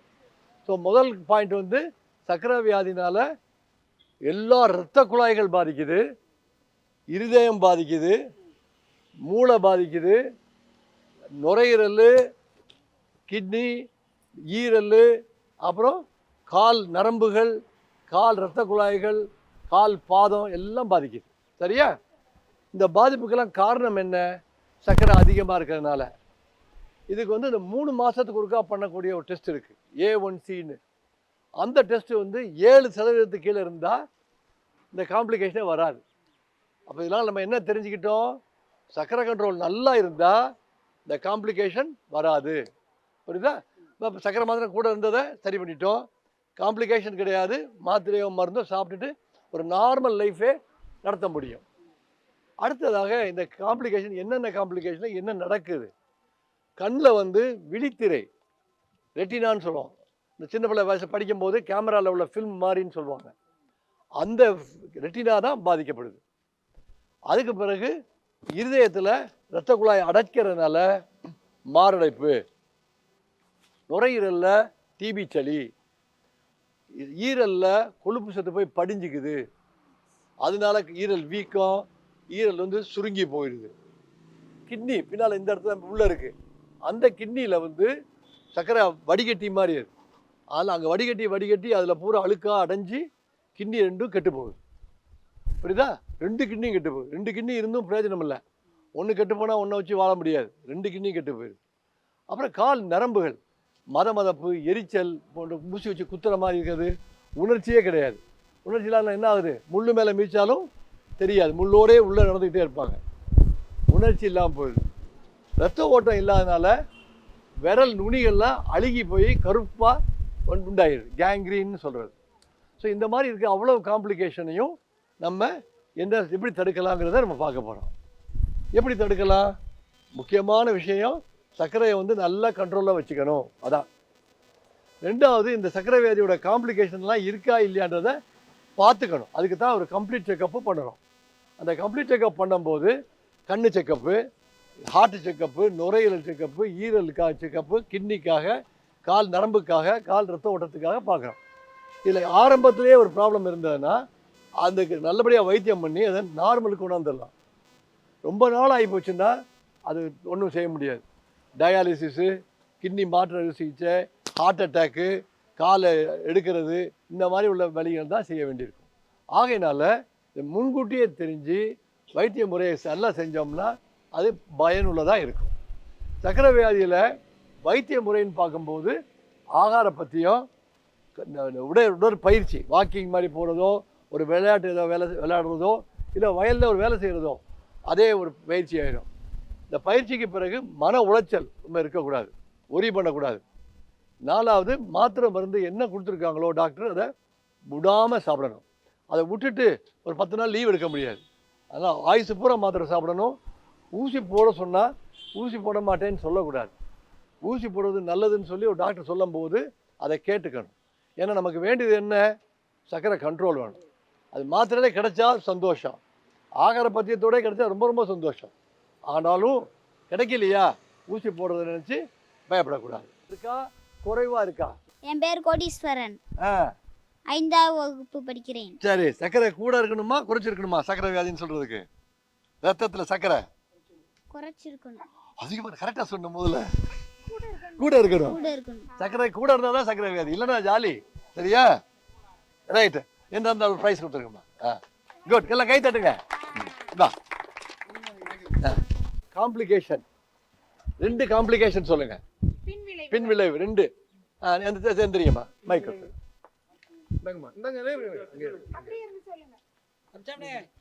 உங்க பேர் சொல்லுங்க. பேச்சியம்மாள். எனக்கு சக்கரை வியாதி, சுகர் எல்லாம் இருந்து சார்ட்ட போய் சாப்பிட்னால குறைவுகள் வந்தது. குட். நரம்பு எல்லாமே நத்தோட்டம் இல்லாமல் இருந்தது.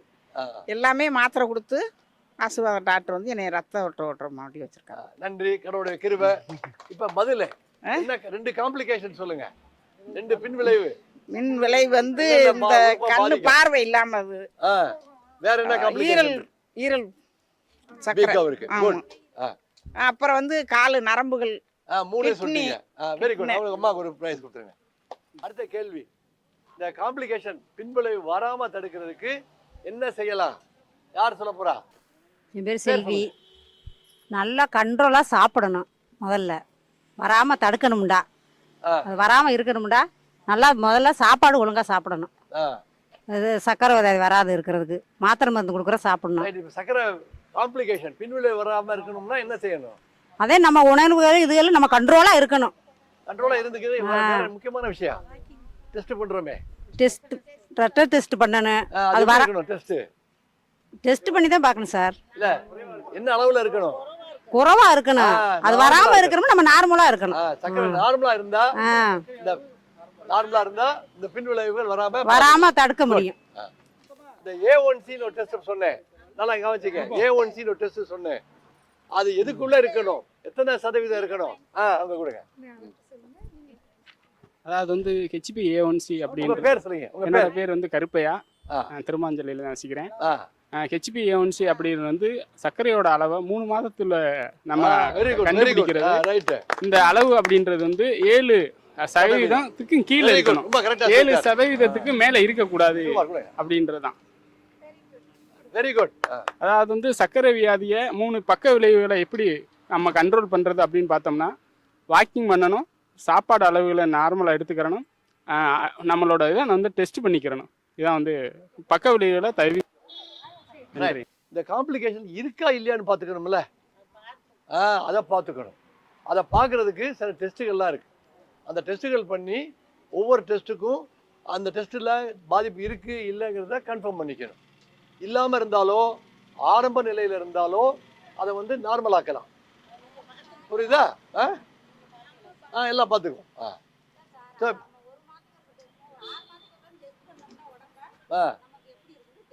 அதான் அந்த கம்ப்ளீட் செக்அப்ங்கிறது 1 வருஷத்துக்கு ஒருக்கா பண்ணணும். சரியா? சரி. இப்போ அடுத்த கேள்வி ரொம்ப சிம்பிளான கேள்வி. இப்போ கேள்வி கேட்க போகிறேன். உங்கள்கிட்ட கேள்வி தான் கேட்பேன், நீங்கள் பதில் சொல்லிட்டீங்கன்னா வேற ஆள் சொல்லணும். ஸோ எல்லா செக்கப்பும் பண்ண வேண்டியது எவ்வளோ நாளைக்கு ஒருக்கா செக்அப் பண்ணணும்? எல்லா செக்கப்பும் நீங்கள் சொல்லக்கூடாது. கட்டு வேற சொல்லுங்கம்மா. 4 வருஷம் 1 வருஷம் வரைக்கும் 1 வருஷத்துக்கு ஒருக்கா கம்ப்ளீட் செக்அப் பண்ணிட்டீங்கன்னா போதும். இந்த மைக்கில் கொடுங்க, உங்கள் பேர் சொல்லுங்கள். அங்கே பாருங்க. மை நேம் இஸ் பேச்சு பிரியா. நான் +2 முடிச்சிருக்கேன் திருமாஞ்சலை. மேக்ஸிமம் 6 மாதம் வரைக்கும் டெஸ்ட் பண்ணி பார்த்துருக்கேன். 1 வருஷம் வரைக்கும் ஒரு 1 இயர் பண்ணாலே போதும். 1 இயர் வரைக்கும் test. Once in a year. Right. Very good. Arrange பண்ணி கொடுத்த பாக்கியத்துக்கு நன்றி. உங்கள் அனைவரும் நீங்கள் கலந்துக்கிட்டதுக்காக நன்றி. ரைட். ஸோ இன்றைய சுகரை சுகமா நிகழ்ச்சியில் வந்து நம்ம டாக்டர் ஏஜே ஆசீர்வாதம் சார் அவங்க வந்து நிறைய பாயிண்ட்ஸ் கருத்துக்கள் நம்மளுக்கு சொல்லிக்கிட்டே இருந்தாங்க. அதாவது சர்க்கரை நோய் எப்படி வருது, அது வந்து பரம்பரை நோயா அல்லது அதுக்கப்புறம் அது சர்க்கரை நோய் வருவதற்கான காரணங்கள், அப்புறம் அதற்கு சர்க்கரை நோய்க்காக என்னென்ன பரிசோதனைகள்லாம் பார்க்கலாம், சர்க்கரை நோய் வந்தால் நம்ம எப்படி நம்மளுடைய உணவு பழக்க முறைகள் ப்ளஸ் எக்ஸசைஸ் யோகா இதெல்லாம் செய்யலாம் அப்படிங்கிறத வந்து டாக்டர் ரொம்ப அழகாக எக்ஸ்பிளைன் பண்ணாங்க. நாங்கள் இது வரைக்கும் வந்து ஒரு 4 வில்லேஜஸ் போயிருந்தோம். 4 வில்லேஜஸ்மே மக்கள் வந்து ரொம்ப நிறைய நல்ல கொஸ்டின்ஸ்லாம் கேட்டிருந்தாங்க, அதுக்கு பதிலும் அளிச்சிருந்தாங்க. அதே மாதிரி அவங்களுக்கு நிறைய பரிசுகளும் பெற்றுக்கிட்டாங்க. இப்போ அடுத்தது வந்து நம்ம டாக்டர் ஆசீர்வாதம் சார் வந்து சுகரே சும்மா அப்படிங்கிற நிகழ்ச்சியை வந்து கொஞ்சம் வித்தியாசமாக நடத்தினார் அப்படின்னு சொல்லியிருந்தேன். ஸோ இப்போ வந்து வில்லேஜ் எல்லாம் முடிச்சிட்டோம், கிராமப்புறங்கள் முடித்த பிறகு அடுத்து வந்து இப்போ ஒவ்வொரு வீடாக நாங்கள் செல்ல போகிறோம். ஸோ அங்கே போகிறப்ப என்னங்கிறத நீங்கள் நிகழ்ச்சி தொடர்ந்து பாருங்கள். ஸோ தட் நம்ம அடுத்து ஒவ்வொரு மெம்பர்ஸ் வீட்டுக்கு போகிறப்ப நம்ம என்னென்ன புது வித்தியாசமாக பண்ண போகிறாருங்க அப்படிங்கிறத தொடர்ந்து நிகழ்ச்சியை பார்த்துட்டே இருங்க, தெரிஞ்சுக்கலாம். இன்றைக்கி வந்து இப்போ ஃபஸ்ட்டு டைம் நாங்கள் வந்து ஹவுஸ் விசிட் வந்திருக்கோம். இப்போ இவ்வளோ நேரம் வந்து நாங்கள் வில்லேஜ் விசிட் போனோம், இப்போ வந்து ஹவுஸ் விசிட் வந்திருக்கோம். அதில் முதல்ல வந்து யார் வீட்டுக்கும் அப்படின்னா டைமண்ட் செட் ட்ரஸ்ட் ஒரு உறுப்பினர் மெம்பர் வீட்டுக்கு நாங்கள் வந்திருக்கோம். மிஸ்டர் ஐயா பிள்ளை சார் வீட்டுக்கு அவர் வந்திருக்கோம். இப்போ அவங்கக்கிட்ட சில கேள்விகள் வந்து டாக்டர் ஆசீர்வாதம் சார் கேட்பாங்க.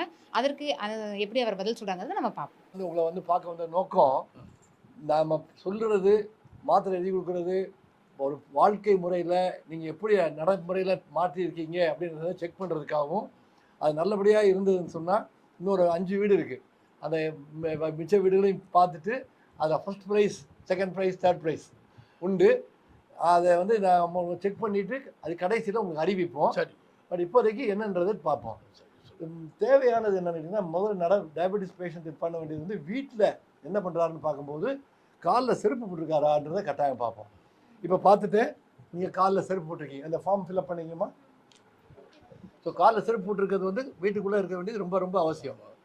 ரெண்டாவது இந்த சர்க்கரைக்காக ஒரு ஐடி கார்டு கொடுத்துருப்போமே வச்சிருக்கீங்களா? வச்சிருக்கேன். காட்டுங்க. இந்த பின்னாடி இருக்கு 2 இருக்கு. அங்க பையில ஒண்ணு இருக்கும், வெளியூர் போனா பாக்கெட்லயே ஒண்ணு இருக்கு. பாக்கெட்ல எப்போதும் வச்சுக்கணும். ஆதார் கார்டு வச்சிருக்கேன்.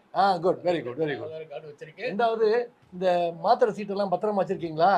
அந்த அம்மா நேரடி இதெல்லாம் அப்படியே எல்லாம் பிளட் டெஸ்ட்ல இருந்து மாத்திரை சீட்ல இருந்து எல்லாம் அடிக்கி அதே மாதிரி வச்சிருக்கேன். Very good. எல்லாம் டெஸ்ட் பண்ணது ரிப்போர்ட் வச்சிருக்கீங்க, பிரிஸ்கிரிப்ஷன் வச்சிருக்கீங்க. அது மட்டும் இல்ல, இது ரொம்ப அவசியம். ஃபைல் இருக்கு, அது நேரா முன்னுக்கு காமிக்கல. இது ரொம்ப அவசியம். ஏன்னு கேட்டீங்கன்னா ஒரு அவசரத்துக்கு என்ன மாத்திரை அது எடுக்கிறதுக்கு நேரம் இல்லைங்கிறதுக்கு தான் நீங்க 1 மாசம் கொடுக்கறப்ப அவங்க சொல்றதை கடைபிடிக்கணும். நமக்கு இந்த மாதிரி மாத்திரை சீட்டை பத்திரமா வச்சிருக்காங்க. இப்படி வச்சிருக்கும் போது ஒரு லோ சுகர் வருதா, என்ன மாத்திரைனால இருக்கும், என்ன பிரச்சனைனால இருக்கும்ன்றத கண்டுபிடிச்சிங்க. ரைட், இங்க இருக்கு. இது மாதிரி வச்சுக்க வேண்டியது அடுத்த தேவை. அதை பார்த்துட்டோம். அடுத்தது உங்க வீட்டுல குளுக்கோஸ் பவுடர் வச்சிருக்கீங்களான்னு பாருங்க. குளுக்கோஸ் பாட்டில் வாங்கி வச்சிருக்கேன், அதையும் சாப்பிடுறேன். அது ஜீனி குளுக்கோஸ் வச்சிருக்காங்களான்னு பாத்துருங்கம்மா. பாட்டில் வச்சிருந்தேன், அது போதும், இருந்தா போதும். குளுக்கோஸ் அது ரொட்டி அது அது குளுக்கோஸ் பாட்டில் போய் சொல்ல மாட்டேன், பாட்டில் குளுக்கோஸ் வாங்கி வச்சிருக்கேன். ரைட். அது போக ஜீனியை வரிசையா ஜீனி இருந்தாலும் போதும். ஜீனி, மிட்டாயி எல்லாம் வாங்கி வச்சிருக்கேன். சரி, வெரி குட், வெரி குட். எடுத்தோன்னே பிளட் சுகர் எனக்கு லோவாச்சுன்னா, எனக்கு லோவாயிருச்சான்னு கண்டுபிடிக்கிறதுக்கு ஒரு மயக்கம் மாதிரி வந்தாலோ, இல்லைன்னா நடவடிக்கையில நடந்து வரப்ப தடுமாற்றம் ஏற்பட்டாலோ, இல்லைன்னா ஏதாவது ஒரு இயற்கைக்கு மாறான செயல்கள் நடந்துச்சுன்னா இந்த வச்சிருக்கேன். பிளட் சுகர் பார்க்குற மீட்டர் வச்சிருக்கேன். பிளட் சுகர் வச்சிருக்கேன். அந்த பிபி பார்க்கறதுக்கு எல்லாம் வச்சிருக்கேன். நாங்க ஆக்சிஜன் பார்க்கறதுக்கு வச்சிருக்கேன். அதை எடுத்து கொடுங்க மாப்பிள்ள. ஆக்சிஜன் 90 வருதான்னு பார்க்கறதுக்கு வாங்கி வச்சிருக்கேன். இந்த வச்சிருக்கேன். அது இல்ல பார்த்த வரைக்கும் ஒரு பேஷண்ட் என்னென்ன கடைபிடிக்கணுமோ அதை கரெக்டா கடைபிடிச்சிருக்கீங்க. வேற எது ரொம்ப சந்தோஷம். நான் சொல்ல தயாரா இருக்கேன். 100 மார்க் வாங்கியாச்சுல்ல, அதுக்கு மேல நான் என்ன பண்ண முடியும்? நல்ல மார்க் வாங்கிட்டீங்க. இந்த மிச்ச உள்ள ஆளுங்க மாதிரி பார்த்துட்டு பரிசு யாருக்குங்கிறத உங்களுக்கு ஃபோன் பண்ணி சொல்லிடுறேன். ஹலோ வியூவர்ஸ், இப்போ நாங்கள் வந்து ஹவுஸ் நம்பர் 2, அதாவது நம்ம 2வது மெம்பர் வீட்டுக்கு வந்திருக்கோம். சார் பேர் மிஸ்டர் பத்மநாபன். இன்னைக்கு வந்து டாக்டர் ஏஜே ஆசீர்வாதம் சார் வந்திருக்காங்க, ப்ளஸ் அவங்களுடைய டீம் மெம்பர்ஸ் எல்லாமே வந்திருக்காங்க. அதாவது டயப் எஜுகேஷன் டீம் மெம்பர்ஸ் எல்லாருமே வந்திருக்காங்க. இவங்களோட ரோல் என்ன அப்படின்னா, இன்னைக்கு இந்த வீட்டில் இந்த பர்டிகுலர் மெம்பர் வந்து கரெக்டாக அவங்க சார் சொன்ன அட்வைஸை ஃபாலோ பண்ணுறாங்களா இல்லையா அப்படிங்கிறதையும், ப்ளஸ் கிச்சனில் வந்து அவங்க என்னென்னலாம் சமைச்சிருக்காங்க, அவங்க சொன்ன டயட் படி அவங்க ஃபாலோ பண்ணி சமைச்சிருக்காங்களா இது அப்படிங்கிறதெல்லாம் செக் பண்ணுறதுக்காக நம்ம டீம் மெம்பர்ஸ் வந்திருக்காங்க. வாங்க நிகழ்ச்சிக்குள்ளே போகலாம். வணக்கம் ஐயா. அதாவது நம்ம டயபெட்டிஸ் ட்ரீட்மெண்ட்டுக்கெல்லாம் உள்ளதெல்லாம் சொல்கிறோம்ல, அதை வந்து நீங்கள் ஒழுங்காக வீட்லேயும் நீங்கள் கடைப்பிடிக்கிறீங்களான்றதை பார்த்து அதில் ஒரு 5 பேர் வீட்டுக்கு பண்ணி அதில் என்ன கடைப்பிடிக்கணும் வீட்லேயே அப்படின்றதையும் சொல்லிவிட்டு இதை ரெக்கார்ட் பண்ணி இது வந்து நம்ம டிவி டெலிகாஸ்ட் பண்ணுறோம். அதான் ஐடியா. ஸோ இதில் வந்து ஒரு நோக்கம் வந்து மாத்திரை சீட்லாம் ரெகுலராக வச்சுருக்கீங்களா ஐயா? அது மாத்திரை சீட்டுலாம் வச்சுருக்கீங்களா? எடுக்கிற மாதிரி என்னது நாள் கணக்கில் நாங்கள் வெளியூர் போனதுனால அது எங்கே வச்சிருக்கோங்கிறது ஞாபகம் இருக்கு. பத்திரமா இருக்கு. ரெகுலராக சாப்பிட்றீங்க. சாப்பாடு சாப்பிட கூட மறந்துடுவானே தவிர மாத்திரை சாப்பிட மறக்கிறோம். வச்சு எடுத்து வச்சிருக்கீங்களா? ஆமாம், தனியாக ஒரு டப்பா போட்டு காலையில் எப்போ மத்தியானம் அப்போ. ஐடி கார்டு வச்சிருக்கீங்களா? இருக்கு சார். அது எப்பவுமே வெளியே போகிறப்ப எடுத்துட்டு போகிறோம். ஸோ டயபெட்டிஸ் ஐடி கார்டு வச்சுருக்காங்க. லேட்டஸ்ட் ரிப்போர்ட்ஸு, மாத்திரை மருந்து இல்லை வெளியே போகும்போது தனியாக வச்சுக்கிறதுக்காக ஐடி கார்டு வச்சுருக்காங்க. Very good. ஸோ வீட்டுக்குள்ளேயும் செருப்பு போட்டுருக்கணும். அது ஒன்று தான் பிரச்சனை. மற்றது எல்லாமே பர்ஃபெக்ட். சரி சரியா? வீட்டில் சக்கரைக்காக உள்ள செருப்பு, சின்ன வார் உள்ள மாதிரி செருப்பாக வச்சுக்கிட்டா ரொம்ப நல்லது. ஸோ அவ்வளோதான் நீங்கள் செஞ்சு கடைப்பிடிச்சிருக்கிறது. ஒரு 3/4 பண்ணலாம் பண்ணிட்டீங்க. இது ஒன்றை தவிர அதில் வேற ஒன்றும் பிரச்சனை இல்லை. மிச்சப்படும் பார்த்துட்டு நாங்கள் ரிசல்ட்டை உங்களுக்கு. ஆத்தர் ஆசீர்வாத மருத்துவமனை மற்றும் டைமென்ஷன் ட்ரஸ்ட் இணைந்து நடத்தும் சுகரே சும்மா ப்ரோக்ராம் நடந்து கொண்டிருக்கிறது. டாக்டர் ஏஜே ஆசீர்வாதம் சார் வந்திருக்காங்க. இப்போது 3வது வீட்டுக்கு நாங்கள் வந்திருக்கோம். அம்மா பேர் என்ன? Sir Meera Venugopal. Okay, Meera Venugopal ma'am வீட்டுக்கு வந்திருக்கோம். இப்போ ஆசீர்வாதம் சார் வந்து இவங்க வீட்டில் என்னென்ன விஷயங்கள் எவாலுவேட் பண்ணிவிட்டு அதுக்கப்புறம் என்ன கான்செப்ட்ங்கிறத சார் சொல்ல போகிறாங்க. சக்கரை வியாதியிலம்மா நம்ம டாக்டராக இருக்கிறோம், நீங்கள் பேஷண்ட்டாக வரீங்க, சோதிச்சு பார்க்குறோம், மாத்திரை சீட்டை எழுதி கொடுக்குறோம், டயட் அட்வைஸ் பண்ணுறோம், கவுன்சிலிங் பண்ணுறோம், அப்புறம் நீங்கள் வீட்டுக்கு வந்துடுறீங்க. ஆனால் அது வந்து அதோடு அது முடியலை. அது உங்கள் வீட்டில் நீங்கள் இருக்க வேண்டிய நேரத்தில் வெளியூருக்கு போனீங்கனாலும் சரி, சக்கரை வியாதிங்கிறது தொடர்ந்து வந்துக்கிட்டே இருக்குது. அதனால் அதை வீட்டில் இருக்கும்போது நீங்கள் அதை கரெக்டாக சொல்கிறதெல்லாம் கேட்குறீங்களா, அதனால் உங்களுக்கு பயனுள்ளதாக இருக்கா, இல்லை வேறு ஏதாவது மாற்றணுமா, அட்வைஸ் பண்ணணுமாங்கிறத தெரிஞ்சு தான் நான் இப்போ வந்திருக்கிறேன். ரெண்டாவது, இப்போ உங்கள்கிட்ட கேட்குறதுல நீங்கள் செஞ்ச நல்ல பாயிண்ட்டுகள் எல்லாம் மற்ற மக்களுக்கு தெரியணும். அப்போ தான் அவங்க அவங்கள மாதிரி கடைப்பிடிப்பாங்க. நீங்கள் ஏதாவது ஒன்று சிறந்த மிஸ் பண்ணியிருந்தீங்கன்னா அதை மிஸ் பண்ணிக்கிங்க நாங்கள் சொன்ன பிறகு இன்னையிலேருந்து கடைப்பிடிப்பீங்க. அப்படி பண்ணும்போது உங்களுடைய முழுமையான சர்க்கரை ட்ரீட்மெண்ட் வந்து நல்லதாக கிடைக்கும். அதோட ஐடியாவில் தான் இந்த மாதிரி வந்திருக்கிறோம். இப்போ இதில் பார்க்க வந்ததில் வந்து மெயினாக நீங்கள் குளுக்கோஸ் பவுடர் வீட்டில் வச்சுருக்கீங்களா, இல்லை சீனி வச்சுருக்கீங்களா? சீனி எப்போதுமே பக்கத்தில் இருக்கணும். ரெண்டாவது முட்டாய் குளுக்கோ பர்ஸில் வைக்கிறோம். ஒரு சுருக்கு பையை உடனே வச்சு இடுப்பில் சொல்லிக்கிட்டா இன்னும் நல்லது. ஏன்னு கேட்டிங்கன்னா அந்த பர்ஸில் வச்சிங்கன்னா பர்ஸ் அங்கே இருக்கும், ஒரு மயக்கம் வரும்போது போய் எடுக்கிறது கஷ்டமாயிடும். இடுப்புள்ளே இருந்துச்சுன்னா டக்குன்னு எடுத்து வாயில் போட்டுக்கலாம். அது மாதிரி ஒரு கரெக்ஷன் பண்ணிக்கிங்க.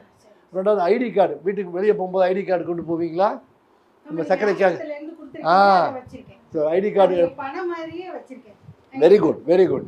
ஸோ ஐடி கார்டு வைக்கிறதோட நோக்கம் என்னென்னா, உங்களுக்கு திடீர்னு ஒரு லோ சுகர் வந்துருச்சு, அப்போ உடனே என்ன நடக்கும், அவங்க மயக்கமாக போனாங்கன்னா அவங்கள பார்க்குறவங்க கண்டுபிடிச்சி அந்த ஐடி கார்டை பார்த்தா அவங்க யார், பேர், ஊர், அட்ரஸ் இருக்கும். இப்போ வீட்டில் கான்டாக்ட் பண்ணுறதுக்கு உதவியாக இருக்கும். அது போக அதுலேயே இன்ஸ்ட்ரக்ஷன் என்ன கொடுத்துருக்குறோம், 3 கரண்டி சீனியை தண்ணியில் கரைச்சி குடிக்க சொல்லி கொடுத்துருக்குறோம். அந்த மாதிரி கொடுக்கும்போது அந்த ஐடி கார்டு உங்களுக்கு இருந்துச்சுன்னா ரொம்ப உதவியாக இருக்கும். வச்சுருக்கீங்க, வெரி குட். அடுத்தது வீட்டுக்குள்ளே இருக்கும்போது செருப்பு போடணும். நான் பார்த்தேன் நீங்கள் செருப்பு போட்டிருக்கீங்க, கரெக்டு. இது எதுக்காக வீட்டுக்குள்ளே செருப்பு போடணும்னு இவ்வளோ இன்சிஸ்ட் பண்ணுறோம்னா, வீட்டுக்குள்ளே சின்ன ஸ்டாப்லர், பின்னு, இந்த மாதிரி கல் சின்னது ஏதாவது கிடக்கும், அது காலில் குத்துச்சுன்னு சொன்னால் அப்புறம் அது புண்ணு ஆச்சுன்னா சர்க்கரையினால் வரக்கூடிய மேஜர் காம்ப்ளிகேஷன் கால் புண்ணு. அதனால் அந்த காம்ப்ளிகேஷனை தடுக்கிறதுக்கு வெளியே மட்டும் இல்லை, இந்த வீட்டுக்குள்ளேயும் செருப்பு போட்டுக்கிறது முக்கியம். அதுவும் நீங்கள் கரெக்டான செருப்பு போட்டிருக்கீங்க, மைக்ரோ செல்லுலர் ரப்பர் செருப்பு போட்டிருக்கீங்க, வெரி குட். ஸோ அது அடுத்தது பார்த்துட்டோம். சமையல் பற்றி கேட்டுட்டிங்களாம்மா? அம்மா நீங்கள் தான் சமைப்பீங்களா, வேறு யாரும் சமைப்பீங்களா? சமைக்க பற்றி நீங்கள் கேட்டு அதை நீங்கள் சமையலை பற்றி மாத்திரம் கொஞ்சம் கேட்பாங்க, என்ன சமைக்கிறீங்க அப்படின்றத கேட்டோம்னா உங்களை பற்றி உள்ள ஒரு ஐடியா எங்களுக்கு தெரிஞ்சிடும். அதுக்கு மார்க் போட்டுகிட்டே இருக்கிறாங்க. இந்த மற்ற வீடும் போயிட்டு வந்தோன்னா யார் முதல்ல 2வது 3வதுன்றதை படித்து கொடுத்து பார்த்து சொல்லித்தரப்பாங்க. சரியா? கேளுங்கம்மா. ஓப்பன் பண்ணி காமிக்கிறேன். அதாவது இன்னைக்கு வந்து இவங்க என்ன ஃபுட் எடுத்தாங்க அப்படின்னு இன்னைக்கு சொன்னாங்க என்கிட்ட. மார்னிங் வந்து இட்லியும் தக்காளி சட்னியும் சொன்னாங்க, மதியானம் ரைஸு, பாவக்காய், ரசம். வெல்கம் பேக் சுரேஷ் உமா நிகழ்ச்சியில் நாங்கள் இப்போ 4வது வீட்டுக்கு வந்திருக்கோம். சார் உங்கள் name sir? Gnanaprakasam. So Gnanaprakasam sir வீட்டுக்கு வந்திருக்கோம். அவங்களும் வந்து எங்களுடைய ஹாஸ்பிட்டலோடைய டைமென்ஷன் கிளப் மெம்பர் அவங்க. ஸோ இந்த மெம்பர் வந்து வீட்டில் எப்படி எப்படிலாம் இருந்திருக்காங்க அப்படிங்கிறத வந்து சார் இப்போ கொஞ்சம் எவாலுவேட் பண்ணுவாங்க. இது போக கிச்சனையும் ஒரு சைடு நாங்கள் பார்த்துட்டு எவாலுவேட் பண்ணிவிட்டு அதுக்கேற்ற மாதிரி நாங்கள் ஸ்கோர் கொடுத்துட்டு அவங்களுக்கு ப்ரைஸ் கொடுக்கலாமா வேணாமல் டிசைட் பண்ணி சொல்லுவாங்க. ஐடி கார்டு வச்சுருக்கீங்களா? வெளியே போகும்போது வச்சுருப்பீங்களா? காட்டுங்க பார்ப்போம் அந்த ஐடி கார்டு பார்த்துப்போம். இது வர கேப்பில் வந்து சார் ஒரு டவுட்டு சார், மேம் வந்து இன்னைக்கு வீட்டில் எதுவுமே சமைக்கல, பட் அந்த டாக்டருக்கு பொண்ணுக்காக வந்து பானிபூரி சமைச்சிருக்காங்க. பானிபூரி டயபெட்டிக் பேஷண்ட் சாப்பிடலாமா சார்? அந்த பானிபூரி வந்து உங்களுக்கு மைதா மாவில் செய்யக்கூடிய ஐட்டம் தான், அளவோட சாப்பிட்டா பரவாயில்ல, பட் அதே நிறைய சாப்பிடக்கூடாது. ரெண்டாவது அது வந்து எண்ணெயில் போட்டு பொரிப்பாங்கள்ல, அந்த எண்ணெயில் போட்டு பொரிக்கிறதுனால ஹை கேலரி ஆயிடுது. அந்த ஹை கேலரி வராமல் இருக்கிறதுக்காக அளவோட ஒரு 1 2 ஒரு சாம்பிளுக்கு ஒரு பொண்ணுக்காக செஞ்சுருக்காங்களா, அப்பா சாப்பிடுவாங்க, அது பரவாயில்ல. பட் டெய்லி பானிபூரியாகவே இருக்கக்கூடாது. Very good. ஸோ அவங்க பர்ஸை பார்த்தீங்கன்னா அது வந்து பர்ஸில் உள்ளே வச்சுருக்க ஐடி கார்டு வச்சுருக்கிறது வந்து ரொம்ப முக்கியம். ஐயா போட்டிருக்கிற மாதிரி அந்த செருப்பு வந்து அது கரெக்டான எம்சிபி ஸ்லிப்பர் போட்டிருக்காங்க, ரொம்ப கரெக்ட். இதை எப்போதுமே வீட்டுக்குள்ளே போட்டுக்கிறது ரொம்ப நல்லது. இவங்களுடைய வீட்டில் பார்த்தீங்கன்னா சௌச்சவ் இருக்குது, கேபேஜ், பீட்ரூட் இருக்குது. ஆக்சுவலாக வந்து ஏற்கனவே வந்து நம்ம சொன்னபடி சார் சொல்லியிருக்காங்க ரூட் வெஜிடபிள்ஸ் அவாய்ட் பண்ணணும்ட்டு டைட்டிஷனும் அட்வைஸ் பண்ணியிருப்பாங்க. உருளைக்கிழங்கு, கேரட், பீட்ரூட்டு, எந்த கிழங்கு வகைகளும் சாப்பிடக்கூடாதுன்னு சொல்லியிருப்பாங்க சர்க்கரைக்கு. ஸோ பெட்டர் வந்து அவங்க இது வந்து கேட்டாங்க, அவங்களுடைய டாக்டருக்காக அவங்க சொன்னாங்க. So that is acceptable. And தக்காளி நம்ம ரெகுலராக சாப்பிட்ற உணவு தான், சர்க்கரைக்குன்னு நம்ம சேர்த்துக்கலாம். அப்புறம் கொய்யாப்பழம் அவங்க ஸ்நாக்ஸ் மாதிரி அங்கே வச்சுருந்தாங்க, அது ரொம்ப நல்ல விஷயம். அவங்க எப்பப்பெல்லாம் பசிக்குதோ வந்து கொய்யாப்பழம் ஒரு நார்ச்சத்துள்ள ஒரு ஃப்ரூட்டு தான் அது. ஸோ அதுவுமே வந்து சர்க்கரை வியாதி பேஷண்ட் எடுத்துக்கலாம், நார்மலாக எல்லாருமே சாப்பிட்டுக்கலாம். அண்ட் விட்டமின் சி ரிச் வேறு அது. அப்புறம் ஆப்பிள், ஸோ ஆப்பிள், ஆரஞ்சு இது எல்லாமே இருக்குது. ஸோ ஒரு நாளைக்கு ஒரு ஃப்ரூட் அப்படின்னு சொல்லியிருக்கோம், டயட்டிஷியன் அட்வைஸ் பண்ணியிருக்காங்க. ஒரு நாளைக்கு ஒரு ஃப்ரூட்டு 60 கிராம் இருக்குன்னு. ஸோ அந்த பெரிய ஃபுட்டில் நீங்கள் பாதி சாப்பிட்டுக்கலாம், பாதியை ஃபேமிலி மெம்பர்ஸ்க்கு நீங்கள் ஷேர் பண்ணிக்கலாம். ஸோ இதுதான் இன்னைக்கு அவங்க கிச்சனில் வச்சுருக்க food items. Apart from that cashew nuts இருக்குது. ஸோ நட்ஸ் வந்து மேக்ஸிமம் வந்து டயபெட்டிக் பேஷண்ட்ஸ் அதை அவாய்ட் பண்ணணும். தென் ஆல்மண்ட்ஸு, அப்புறம் டேட்ஸு, ரைசின்ஸ் எல்லாமே இருக்குது. மேக்ஸிமம் வந்து டயபெட்டிக் பேஷண்ட்ஸ் இதெல்லாம் அவாய்ட் பண்ணுறது ரொம்ப ரொம்ப நல்லது. ரொம்ப ஆசையாக இருந்தால் எப்பயாவது ஒரு மிக்சட் ஒரு ஹேண்ட்ஃபுல் ஆஃப் நட்ஸ் வந்து சாப்பிட்டுக்கலாம். So that it will increase the immunity power also. Okay viewers, இன்றைக்கி நம்ம சுகரே சும்மா ப்ரோக்ராமில் கடைசி மெம்பர் வீட்டுக்கு வந்திருக்கோம். அதாவது 5வது பேஷண்ட் வீட்டுக்கு நாங்கள் வந்திருக்கோம். அவங்க வந்து எங்கள் பேஷண்ட் சொல்லாமல் நான் வந்து டைமென்ஷன் ட்ரஸ்ட் மெம்பர்னு சொல்லலாம். ஏன்னா அந்தளவு ரொம்ப அவங்க வந்து ரொம்ப அட்டாச்டு எங்கள் ஹாஸ்பிட்டலோட. ஸோ இன்றைக்கி வந்து அவங்க வீட்டுக்கு வந்திருக்கோம். அவங்க பேர் என்னன்னு கேட்கலாம். உங்கள் பேர் என்னம்மா? மல்லிகா. உங்களுக்கு எத்தனை வருஷமாக நீங்கள் ஹாஸ்பிட்டல் எங்களுக்கு ட்ரீட்மெண்ட் வந்துட்டுருக்கீங்க? 12 வருஷமாக வரேன். ஓகே. இப்போ சார் ஆசீர்வாதம் டாக்டர் வந்து சொன்ன அட்வைஸ் படி எல்லாம் ரெகுலராக ஃபாலோ பண்ணுறீங்களா? பண்ணுறேன். இப்போ ஜஸ்ட்டு இவங்க வீட்டில் வந்து ஒரு சின்ன ஒரு செக் வைக்கிறோம் நம்ம. அவங்க நான் கேட்குற பாயிண்ட்ஸ் எல்லாமே கரெக்டாக அவங்க ஃபாலோ பண்ணுறாங்களாங்கிறது ஜஸ்ட் ஒரு சின்ன ஒரு எவாலுவேஷன். காலில் செருப்பு போட்டிருக்காங்களான்னு பார்க்கலாம். ஏன்னா வீட்டில் எப்போவுமே டயபெட்டிக் செப்பல் வீட்டில் செப்பல் போட்டிருக்கணும். ஸோ அவங்க செப்பல் போட்டிருக்காங்களான்னு செக் பண்ணிக்கலாம். செப்பல் போட்டிருக்கீங்களா? ஓகே. பாத்ரூமுக்கு தனியாக ஒன்று வச்சுருக்கேன். பாத்ரூமுக்கு ஒன்று தனியாக வச்சுருக்கேன். ஓகே. மாத்திரை ஷீட்லாம் கரெக்டாக ஃபைல் பண்ணிட்டு இருக்கீங்களா? அது போக வந்து பெட்ரூமில் வந்து குளுக்கோஸு, இந்த ஐடி கார்டு, ஜீனி வச்சுருக்கீங்க, ஐடி கார்டு வச்சுருக்கீங்களா? நான் ஒரு சர்க்கரை நோயாளின்னு சொல்லிட்டு, ஏன்னா எங்கே போனாலுமே எமர்ஜென்சிக்கு அந்த ஐடி கார்டு தேவைப்படும். பர்ஸ்லேயே வச்சுருப்பேன். அந்த ஐடி கார்டு பர்ஸ்லேயே இருக்கும். சரி, அதை கொஞ்சம் காமிக்க முடியுங்களா? ஓ, கிச்சன் ரொம்ப க்ளீன் நீட்டாக இருக்குது. இதில் அநேகமாக ரைஸ் இருக்கும்னு நினைக்கிறேன். இதில் ஏதோ பயத்து குழம்பு வச்சுருக்காங்க, புளிக்குழம்புன்னு நினைக்கிறேன். ஏன்னா முருங்கைக்காய், கத்திரிக்காயெல்லாம் போட்டிருக்காங்க. ஓகே. ரொம்ப டேஸ்ட்டாக தெரியுது போல, பார்க்கவே ரொம்ப ரொம்ப அப்படைசிங்காக இருக்குது, பார்க்க டேஸ்டியாக தெரியுது. இது வந்து வாழைக்காய் பொரியல் வச்சுருக்காங்க. ஸோ டயபெட்டிக் பேஷண்ட்ஸ் ரெண்டுமே சாப்பிட்றது ரொம்ப நல்லது தான். சாரி, வாழைக்காய் கிடையாதான், அது சவு பொரியலாம். ஸோ டயபெட்டிக் பேஷண்ட்ஸ்க்கு ஏற்ற மாதிரி தான் அவங்களும் சமைச்சிருக்காங்க. வாங்க மீதி அவங்க ஐடி கார்டு இதெல்லாம் வச்சுருக்காங்கன்னு செக் பண்ணி. ஸோ இவங்க வந்து மல்லிகா அந்த மெம்பர் வந்து பார்த்திங்கன்னா கரெக்டாக ஐடி கார்டெலாம் வச்சுருக்காங்க அவங்க. ஸோ பர்ஃபெக்டாக இருக்குது. இதுக்கும் மார்க்ஸ் நம்ம கொடுத்துடலாம். அடுத்து அவங்க ஃபைல்ஸ் வச்சுருக்காங்க. இப்படி வச்சுக்கோங்க. குளுக்கோமீட்டர் வச்சுருக்காங்களான்னு நான் அவங்கள்ட்ட கேட்டேன். ஸோ அவங்களுமே அதை குளுக்கோமீட்டர் வச்சுருக்காங்க. ஸோ பரவாயில்ல, லாஸ்ட் மெம்பர் நான் வீட்டுக்கு வந்திருந்தாலுமே பரவாயில்ல, அவங்க எல்லாமே பர்ஃபெக்டாகவே வச்சுருக்காங்க. டாக்டர் ஆசீர்வாதம் சாருக்கும் அவங்க கூட வந்த எல்லா மெம்பர்ஸ்க்கும் ரொம்ப தேங்க்ஸ். எல்லா நர்ஸு எல்லாருமே வந்தாங்க. அவங்களுக்கு எல்லாருக்குமே ரொம்ப நன்றி. ஆர்த்தர் ஆசீர்வாதம் ஹாஸ்பிட்டல் சார்பாக டைமென்ஷன் ட்ரஸ்ட் மூலமாக இந்த விழிப்புணர்வு நிகழ்ச்சியில் ஹவுஸ் விசிட் போய் வந்தோம். அந்த ஹவுஸ் விசிட்டில் போய் நம்ம சொல்கிற மாத்திரை மருந்துகள் செய்ய வேண்டிய வேலைகள் எல்லாம் கரெக்டாக கடைப்பிடிக்கிறாங்களா இல்லையான்னு பார்க்குறது தான் இதோட நோக்கம். அந்த அவங்களும் நிறைய வீட்டில் பார்த்ததில்ல. மிஸ்டர் ஐயா பிள்ளை அவங்க வீட்டில் நாங்கள் பார்க்கும்போது அவரெல்லாம் பர்ஃபெக்டாக 100% மார்க் வாங்கி இந்த விசிட்டில் வந்து அவர் தான் ஃபஸ்ட்டு ப்ரைஸ் வாங்குறாரு. அந்த ப்ரைஸை கொடுக்கறதுக்கு ரொம்ப சந்தோஷப்படுறேன்.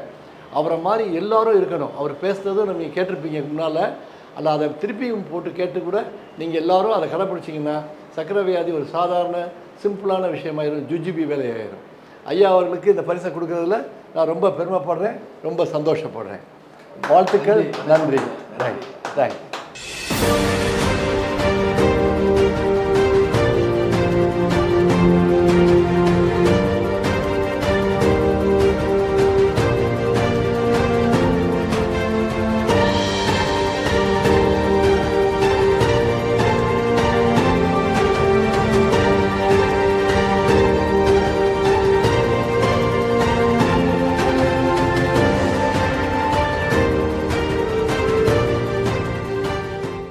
சுகரை சும்மா நிகழ்ச்சியை வந்து இன்னைக்கு ரொம்ப ஸ்பெஷலாக நல்லபடியாகவே முடிச்சு கொடுத்துட்டோம். அதாவது வில்லேஜுக்கும் போனோம், ப்ளஸ் பேஷண்ட்ஸோட டைமென்ஷன் ட்ரஸ்ட் மெம்பர்ஸ் வீட்டுக்கும் வந்து ஹவுஸ் விசிட்டாக நாங்கள் போயிட்டு வந்தோம். அங்கே நிறைய எவாலுவேட்டும் பண்ணிட்டோம். அவங்களுக்கு ப்ரைஸஸும் காத்துக்கிட்டு இருக்குது. ஸோ சார், இந்த வருஷம் டயபெட்டிஸ் டே அவேர்னஸ்க்காக நீங்கள் மக்களுக்காக என்ன சொல்ல விரும்புகிறீங்க சார்? சர்க்கரை வியாதி மக்களுக்கு மட்டுமல்ல, ஒவ்வொரு குடிமகனுக்கும் தெரிய வேண்டிய விஷயந்தான் இது. சர்க்கரை வியாதி ஒரு பரம்பரை நோய். அந்த பரம்பரை நோய் வரக்கூடிய வாய்ப்பை தடுக்கிறதுக்கு நம்மளால் செய்ய முடியும். ஒழுங்கான உடற்பயிற்சி, அளவோட ருசியான ஹெல்த்தியான டயட் உட்கொண்டு, மன உளைச்சல் இல்லாமல், கடைசியாக நல்ல உறக்கம், கரெக்டாக ஒரு 10 மணிலேருந்து 7 மணி நேரம் மினிமமாக தூங்குறதும் பண்ணோம்னா சர்க்கரை வியாதி வரதை தடுக்க முடியும் அல்லது தள்ளி போட முடியும். அது மட்டும் இல்லாமல் சர்க்கரை வியாதி வந்த பிறகும் இதே வழிகளை கடைபிடிச்சு இது கூட மாத்திரைகளும் மருந்துகளை டாக்டர் பரிந்துரை செய்தது போல சாப்பிடும்போது அவன் சர்க்கரை வியாதி வந்தாலும் அதோட பின்விளைவுகள் வராமல் தடுக்கிறதுக்கு இது உதவியாக இருக்கும். சர்க்கரையோட அறிகுறிகள்னு பார்க்கும்போது அதிக தாகம், அதிக பசி, அதிகமாக நீர் போதல், உடம்பு மெலிதல், நீர் போடுறதுல அரிப்பு இருக்கிறது, இந்த மாதிரி எத்தனை பிரச்சனைகள் இருந்தாலும் சர்க்கரை வியாதி சில நேரத்தில் அறிகுறிகளே இல்லாமல் வந்துடும். அதனால் அறிகுறிகள் இல்லாட்டா கூட சர்க்கரை வியாதி இருக்கா இல்லையாங்கிறத 25லேருந்து 30 வயசுக்குள்ளேருந்து 6 மாதத்துக்கு ஒரு தடவை ரத்த டெஸ்ட் பண்ணி அது 140க்கு கிட்ட இருந்தால் சர்க்கரை வியாதி இருக்கா இல்லையான்னு மருத்துவரை அணுகி தெரிஞ்சு கொள்வது நல்லது. அடுத்தது சர்க்கரை வியாதியோட பின் விளைவுகள் ரொம்ப முக்கியமானது. கண் பாதிப்பு, இதய பாதிப்பு, நுரையீரல் பாதிப்பு, ஈரல் பாதிப்பு, கிட்னி பாதிப்பு, கால் நரம்புகள் பாதிப்பு, இரத்த குழாய் பாதித்து கால் புண்கள், கால் எடுக்கக்கூடிய நிலை, இவ்வளவு வரக்கூடிய வாய்ப்பு இருக்குது. இது அவ்வளோத்தையும் தடுக்கக்கூடியது ஒரே முக்கியமான வழி டைட் கிளைசிமிக் கண்ட்ரோல். நல்லபடியாக சிறந்த முறையில் பிளட் சுகரை மெயின்டைன் பண்ணி வந்தால் இந்த காம்ப்ளிகேஷன் வரக்கூடிய வாய்ப்பை நிச்சயமாக அவாய்ட் பண்ணிடலாம். அந்த மாதிரி தடுக்கக்கூடிய ஒரு வாய்ப்பை கால் இல்லாமல் ஹார்ட் அட்டாக்கோட, கிட்னி பாதிப்போட சஃபர் பண்ணக்கூடிய காலமெல்லாம் மாறிவிட்டது. அதனால் இப்போ நல்ல மாத்திரைகள், நல்ல ஊசிகள் இருக்குது, நல்ல இன்வெஸ்டிகேஷன்ஸ் இருக்குது. இதை அனைத்தையும் கரெக்டான வழியில் அதை யூஸ் பண்ணிங்கன்னா சர்க்கரை வியாதியை வராமல் தடுக்கலாம், வந்தாலும் கண்ட்ரோலில் வச்சுக்கலாம், காம்ப்ளிகேஷன் இல்லாமல் நடத்தலாம். இந்த நேரத்தில் இந்த சுகரே சுகமா ப்ரோக்ராம் 2024 நீங்கள் பயனுள்ளதாக இருந்திருக்கும் நினைக்கிறேன். இதுக்கு உதவி செய்த என்னுடைய ஸ்டாஃபு ஜானட்டு, ஜெயராணி மற்றும் அனைத்து என்னுடைய டீம் அவர்கள் சார்பாகவும் ஆர்த்தர் ஆசிரமம் ஹாஸ்பிட்டல் டைமென்ஷன் ட்ரஸ்ட் சார்பாகவும் உங்களுக்கு நன்றி கூறி விடைபெறுகிறேன். நன்றி, வணக்கம்.